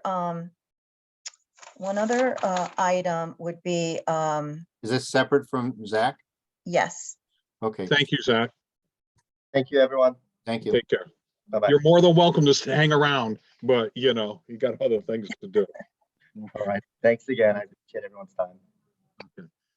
So the next, Debbie, the motion? the very last item on new business would be for the Perea with Jackie Bouchane and Mr. Scott DeBazio. I hope I'm saying that right. And they're online here. Okay, I need a motion to accept this as an agenda item. Do I hear a motion? I'll make a I'll motion. make a motion. Give it to Norris. I'll second. Okay, Norris is the motion, second by John. Ayes? Nays? Aye. Abstentions? Shauna, you're raising your hand? Yes?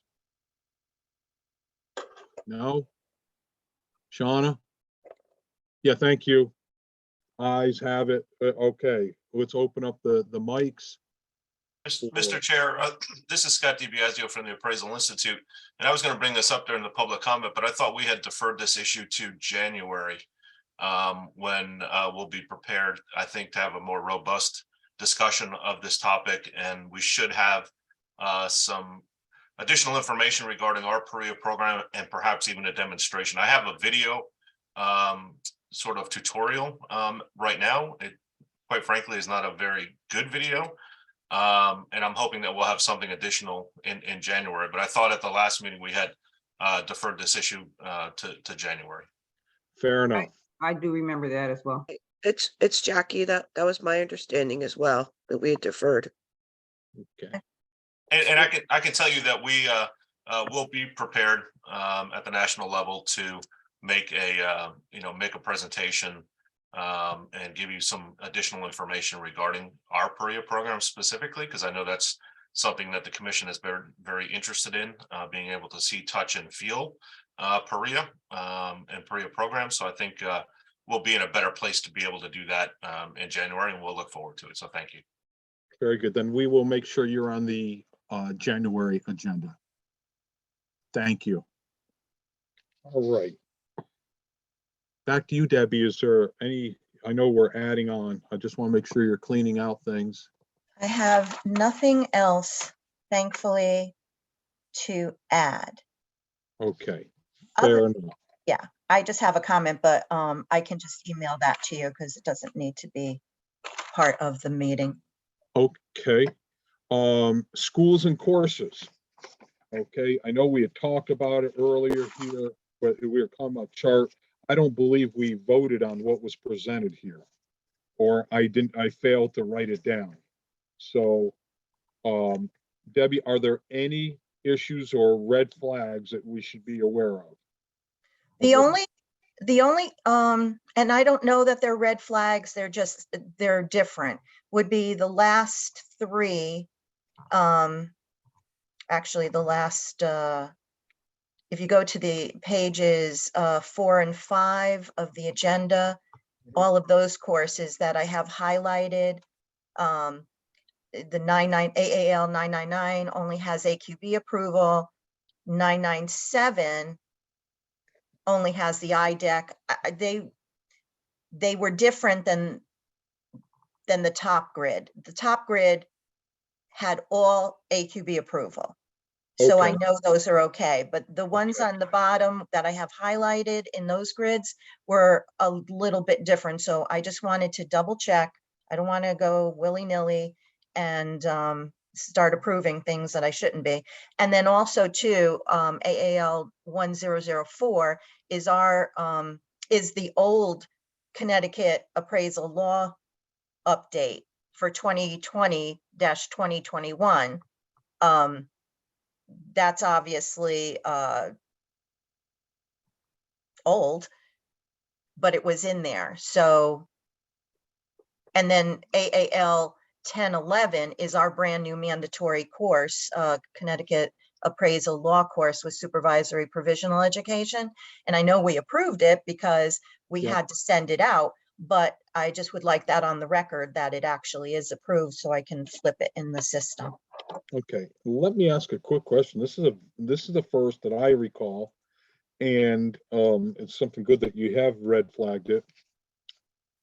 The 2021 version, 20-2021 version of our class for 4 hours. Is there any reason that we still need it on the books? Because people would have already taken it, they met the requirement, they have to take, the new version going forward. Mhm. Is there an issue, or is the issue here, hear me out,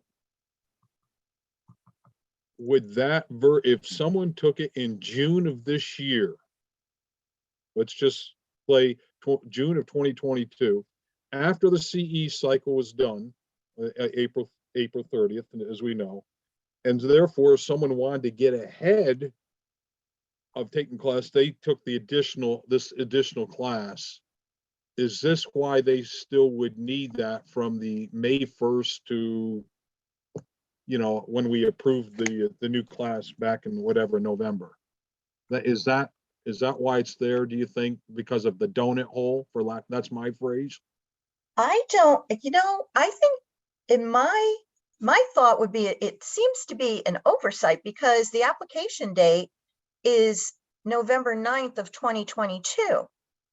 So I don't know if this is a result of, somebody new, just putting forth all these expired applications. This one came from, do you want to know who it came from? It came from McKissick, right? Yes, McKissick's, correct. But I thought it was a little bit odd because the application date, like I said, was November 9th of this year. But the unless the title's wrong, I don't know. But the title, I just copied and pasted, and I'm looking at it right now. It says 2020-2021 Connecticut Appraisal Law Update with Supervisory Provisional Appraiser Education. And it's a 4-hour course. So you bring up a very good question here. I'll get to you in a minute, Jackie. Is that if a person then took their And, and they met the CE, that would have been the version here. Well, the truth of the matter is that's a previous, but it's same version that we had going through due to COVID. And then someone said, hey, I'm going to be Johnny on the spot and get ahead of the thing, or, I'm going to take the class early. Those folks, that would have been the only class available taking the 4 hour for the Connecticut law. And since it is in their cycle, May 1st, and given the fact that we are now backdooring that everyone has to be done by January 31st to have the CE done, inadvertently, you've asked the question, if someone took it, would we be giving them the credit? And intuitively, I think we should, simply because that was the only course available out on the marketplace. And therefore, I don't want John Q. Appraiser, Sally Q. Appraiser being inadvertently penalized for trying to do the right thing. Am I barking up a wrong tree here, folks? Help me out. I don't think you're barking up the wrong tree. I think you're in the right tree. Sounds like it's got some nuts and some fruits on it. Yeah, so I think I hear where you're coming from there. I think we ought to, approve it, make sure it's still there for that doggone May 1st, November, whatever date we officially made that, we flipped over to the 3 hours. So, and there may be 4 or 5 people that fit into this, but at least and let's call it what it is. This is usually out-of-state folks who will take the online class. I'm one of them who does it with other states. Okay. So therefore they are, they've done nothing wrong. They've done it in good faith. And yeah, I think, guess what? They took an extra hour, than they would have had to if they waited. But, okay. But then, that, am I to understand though, that, if somebody took that class for whatever reason, they still have to take the new class for their license renewal? Well, that's the juxtaposition that we're in right now. If someone took the class on May 1st, from May 1st to whatever the date we made it official, they have taken it. I think we have to grant them in this cycle because they did take the class that was available to the marketplace at that time. And now that we've rolled back the hour, and I'm just going to say November 1st, just to make things easier for this simple mind of mine. So if someone took it from May 1st to November 1st, then I would grant them that license for their CE cycle now, knowing full well the new one went into effect on November 1st or whatever the date was going forward. So we're going to probably deal with this 5, 6, 8 times. There are going to be, out of, what do we got, 1,100 appraisers licensed or 1,200, whatever the number is, we're going to have a dozen or so, so you bring something up, and that's why I'm just saying, first you say, oh, let's throw it out, but I'd rather keep it there through that cycle here because it wasn't replaced yet. So they took the class in place. That's my general thinking here. I'm in agreement with that. Leave it in. Okay. All right. Any other comments from other members of the commission? On that course or on other courses? Okay, we have a question from Ms. Buchain. Can we please unmute her mic? Thank you. It's regarding the Appraisal Institute submission AAL 990. I had mentioned it before the call started today. That continuing ed module was approved at the October commission meeting. So I just want to make sure that it is reflected in the state system, that it was approved in October and that it's, showing in when you do find a course to make sure it shows approval. Is this course been offered already? No, it is scheduled for January 18th. Okay. So, But all right. again, I just want to make sure that if you remove it from today's approval, that in your system, in the state system, it's just showing, it's showing an approval date of October. or if you need to do it today, that's fine as well, because again, we haven't offered it yet. But I just want to make sure that it's in the system as being approved for when folks go to submit it, they don't have any issues with the hours. Thank you. You're welcome. What number was that class? AAL 990, John.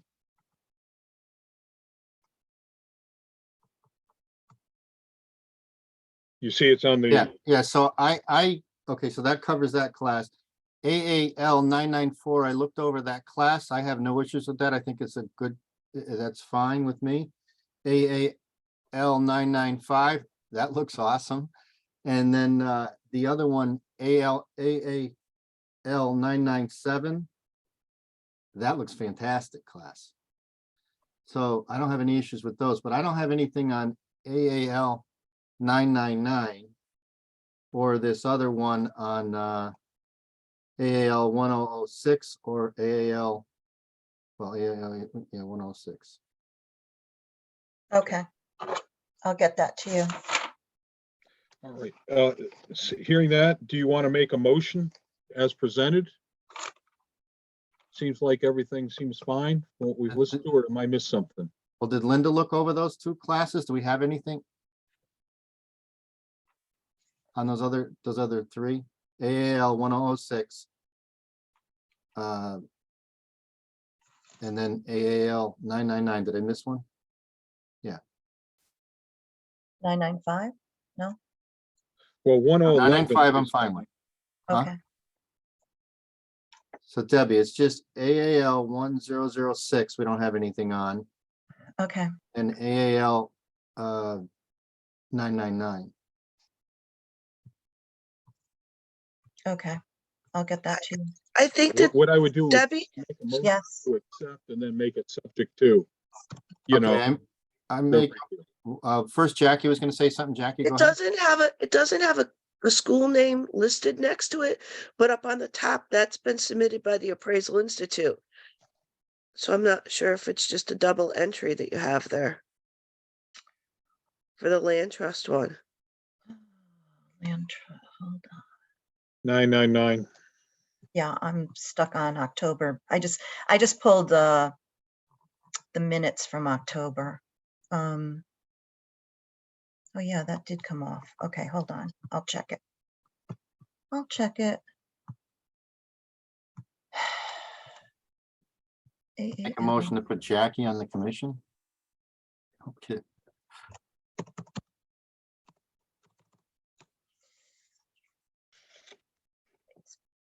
Is it the same class?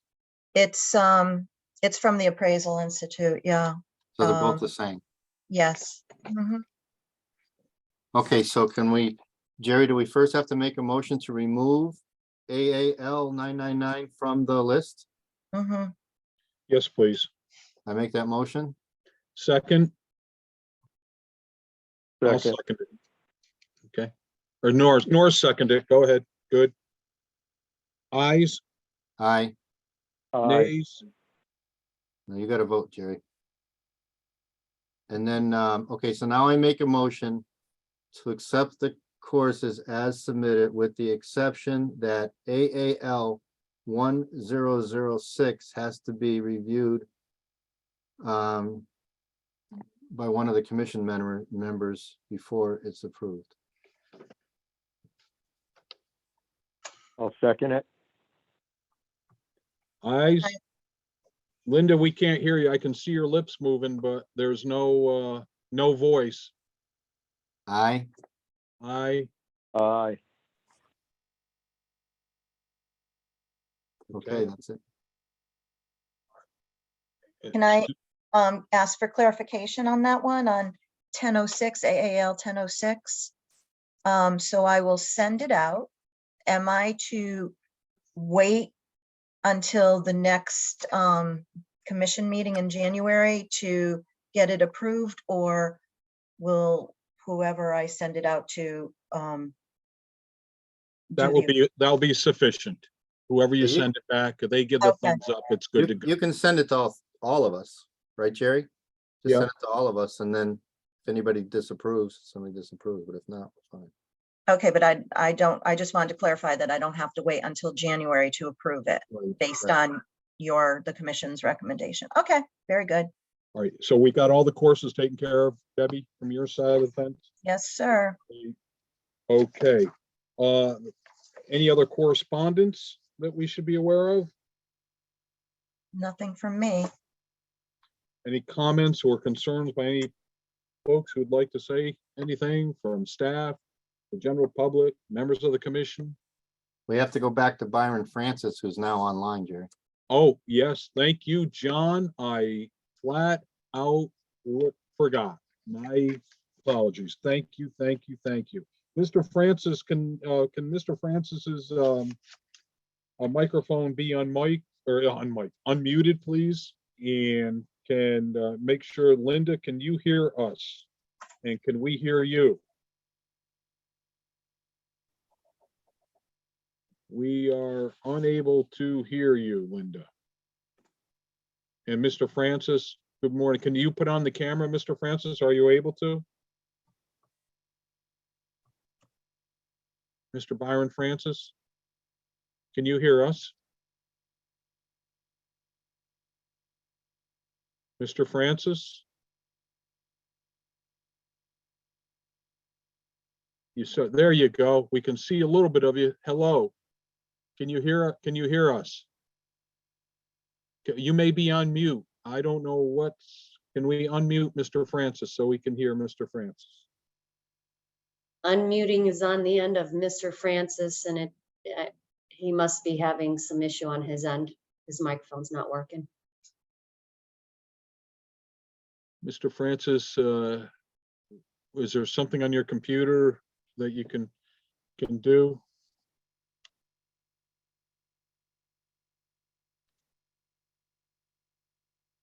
We can't hear you, sir.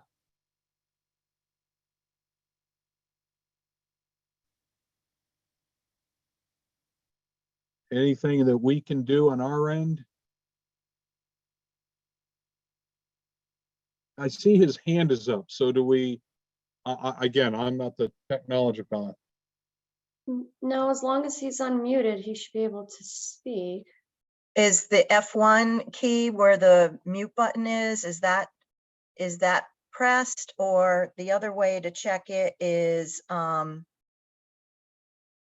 if you go into your settings, or even on the taskbar, there's a speaker on the taskbar. If you hover over that, Byron, you might be able to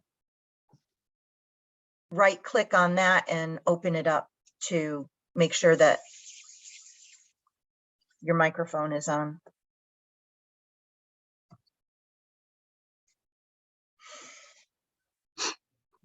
Okay, can you guys hear me at all? Yes, yes. Now we can. We Oh my got it. goodness, that was There you go. There you go. Good. Well, technology okay. fails you when you need it the most. Okay, I'm glad you guys can hear me. Okay. Mr. Francis, welcome. For the record, can you give your name and address of employment and spelling out your last name? Sure, my name is Byron Francis. I am at Dorior Appraisal. That's 500 Meriden Road in Waterbury, Connecticut. The first name is, please. Spelling of the last name is Francis, F-R-A-N-C-I-S. Very good. Thank you. You're welcome. And we're glad that we were able to get you on here on this in December here. Miss Sepso, Linda Sepso, I know that we can see you're on. We don't see your face. Can you hear us? Can we hear you? Jerry, I'm going to call her right now, and hopefully I can get her on the phone. That will be. She can call. She can call in on her cell phone. Okay. Linda, you can call. You know what? Debbie, just try to reach her, and then you can put on the speakerphone, and we'll try to do it that way. Okay. All right then, Mr. Francis, welcome here. And while this technology thing is being worked on, you have spent some time with Miss Sepso? I have. Understanding? I have, yes. And what have you learned in this process, working with Ms. Sepsel?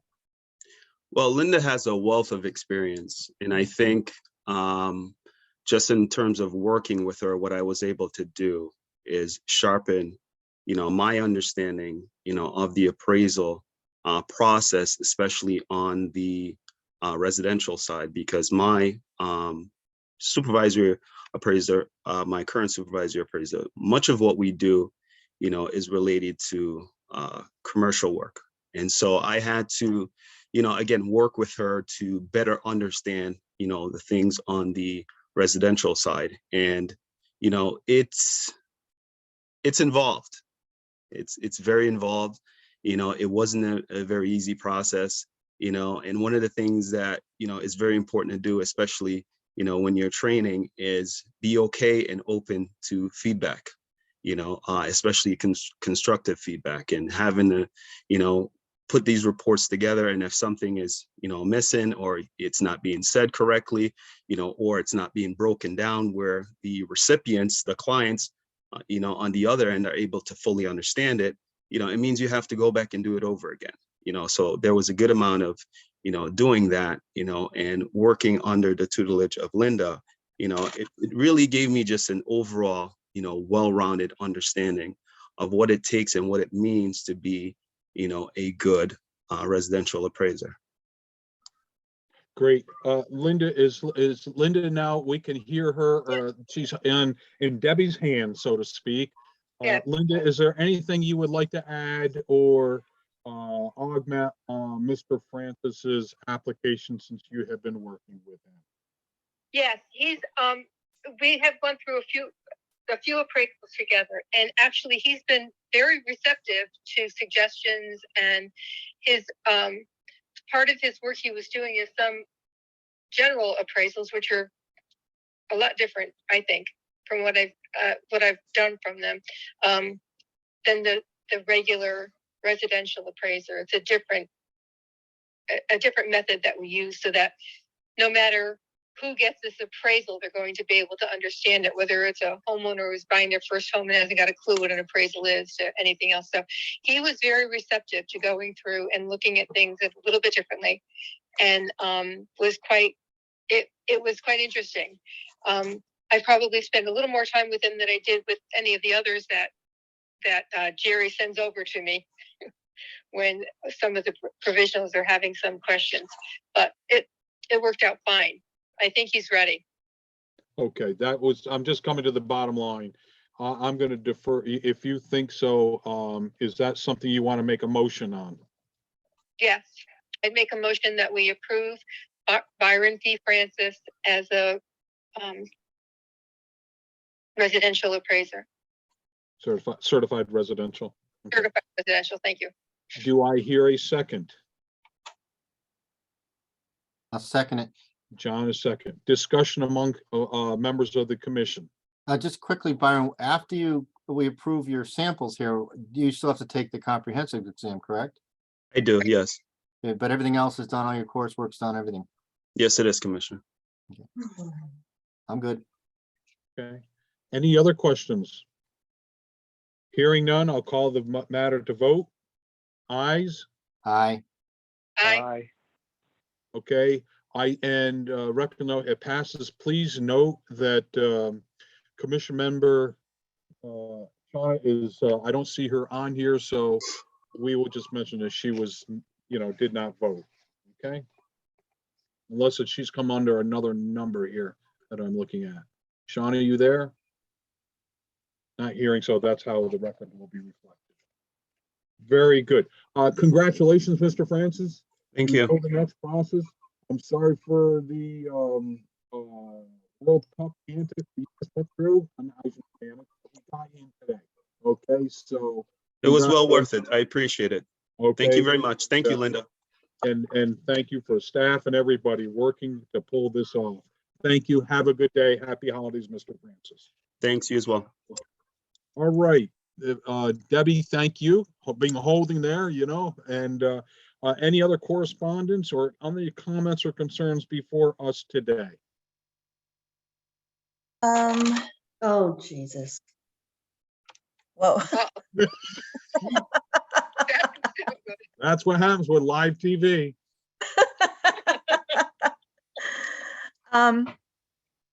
no, well, this is probably something that y'all received too. AARO, they just sent out an update regarding that California bias case, stating that a judge dismissed it. And so when I went on to the California website, and I found that something interesting that I'm just sharing, that California has a requirement, which you probably know, Jerry, that every renewal, they have to take, the licensees have to take as mandatory education, a 1-hour cultural competency and a 2-hour elimination of bias every cycle as part of their renewal. And I thought perhaps that could be discussed for us in the future. Yeah, I see Mr. DeBasio has his hand up. Yeah, if I may, Mr. Chair, just to clarify on the case that is pending in California, that was a dismissal of one of 7 or 8 claims in the suit. So there still are, I believe, 4 or 5 counts that are proceeding forward. And quite frankly, those are the more serious of the counts. We've been monitoring that case, and we were fully expecting that the negligent misrepresentation charge would be dismissed. And the reason for that is based upon some case law in California that says that the appraiser owes no duty of care to anyone except their client and named intended user. So in that case, the appraiser owed no duty of care to the borrower in that situation. So just to clarify, that case is moving forward, and we'll just have to see what the resolution of it is moving forward. There's several other cases that are pending that are very similar around the country, and we're trying to keep on top of all of them. In terms of the continuing education that's required in California, that's something that we worked very extensively on back in 2021. And Debbie is absolutely correct. It's 1 hour of cultural competencies and 2 hours of elimination of bias during each 4-year CE cycle. They have a very strange situation in California where it's a 2-year licensing cycle, but a 4-year continuing education cycle. So it's somewhat confusing, but those requirements that will go into effect here in the next couple of weeks are based upon a 4-year cycle. With that said, I would suggest to the commission that you sit tight on the issues related to valuation bias and fair housing continuing education, at least for maybe another month or 2. And the reason for that is we are hearing that the Appraiser Qualifications Board is just putting the finishing touches on an exposure draft of requirements for every appraiser in the country, every licensee, to take mandatory continuing education. I think it's 4 hours that they're proposing every 2 years. They'll put together a content outline each 2 years, I believe, and it will be providers that will offer the education. So I wouldn't want you to take any action and put in place any requirements in Connecticut at this point, just in case you decide to do something that's not consistent with the AQB, and then you have to go back and change your rules and regulations to comply with the AQB. So and maybe just a bit premature to do anything on this while we wait for the exposure draft to come out from the AQB. It was supposed to be out last week, and now we're hearing that it's going to be another month or so. But look for something from the AQB in the near future, and then when that is ultimately adopted, the commission obviously will have to respond accordingly. So I just wanted to clarify that one issue in California, and then let you know about what we're hearing from the AQB. So I appreciate the opportunity to chime in. I know it's a little bit out of order from the public comment period, but I do appreciate the opportunity. So Thank you for adding in. for one, have been following it, and I know there are a number of moving parts, not only in California, but there's something in Illinois and other states, going forward. So I've taken a number of these classes and so forth. It's going to be interesting, and like Mr. DeBazio just mentioned here, and Debbie, I'm glad you brought this up. It is something we're going to have to monitor and see how this shakes out, because just a personal opinion, it wouldn't surprise me if there's 2 or 3 other twists of the worm before this gets to the, crossing the line here. And therefore, let us see when it crosses the line, how we address it. And then we know the parameters. So, but thank you, Debbie, and thank you for bringing it up. And Scott, thank you again for, adding color. Go ahead, Debbie. I'm sorry. You may have had other things. Nope, that's about it.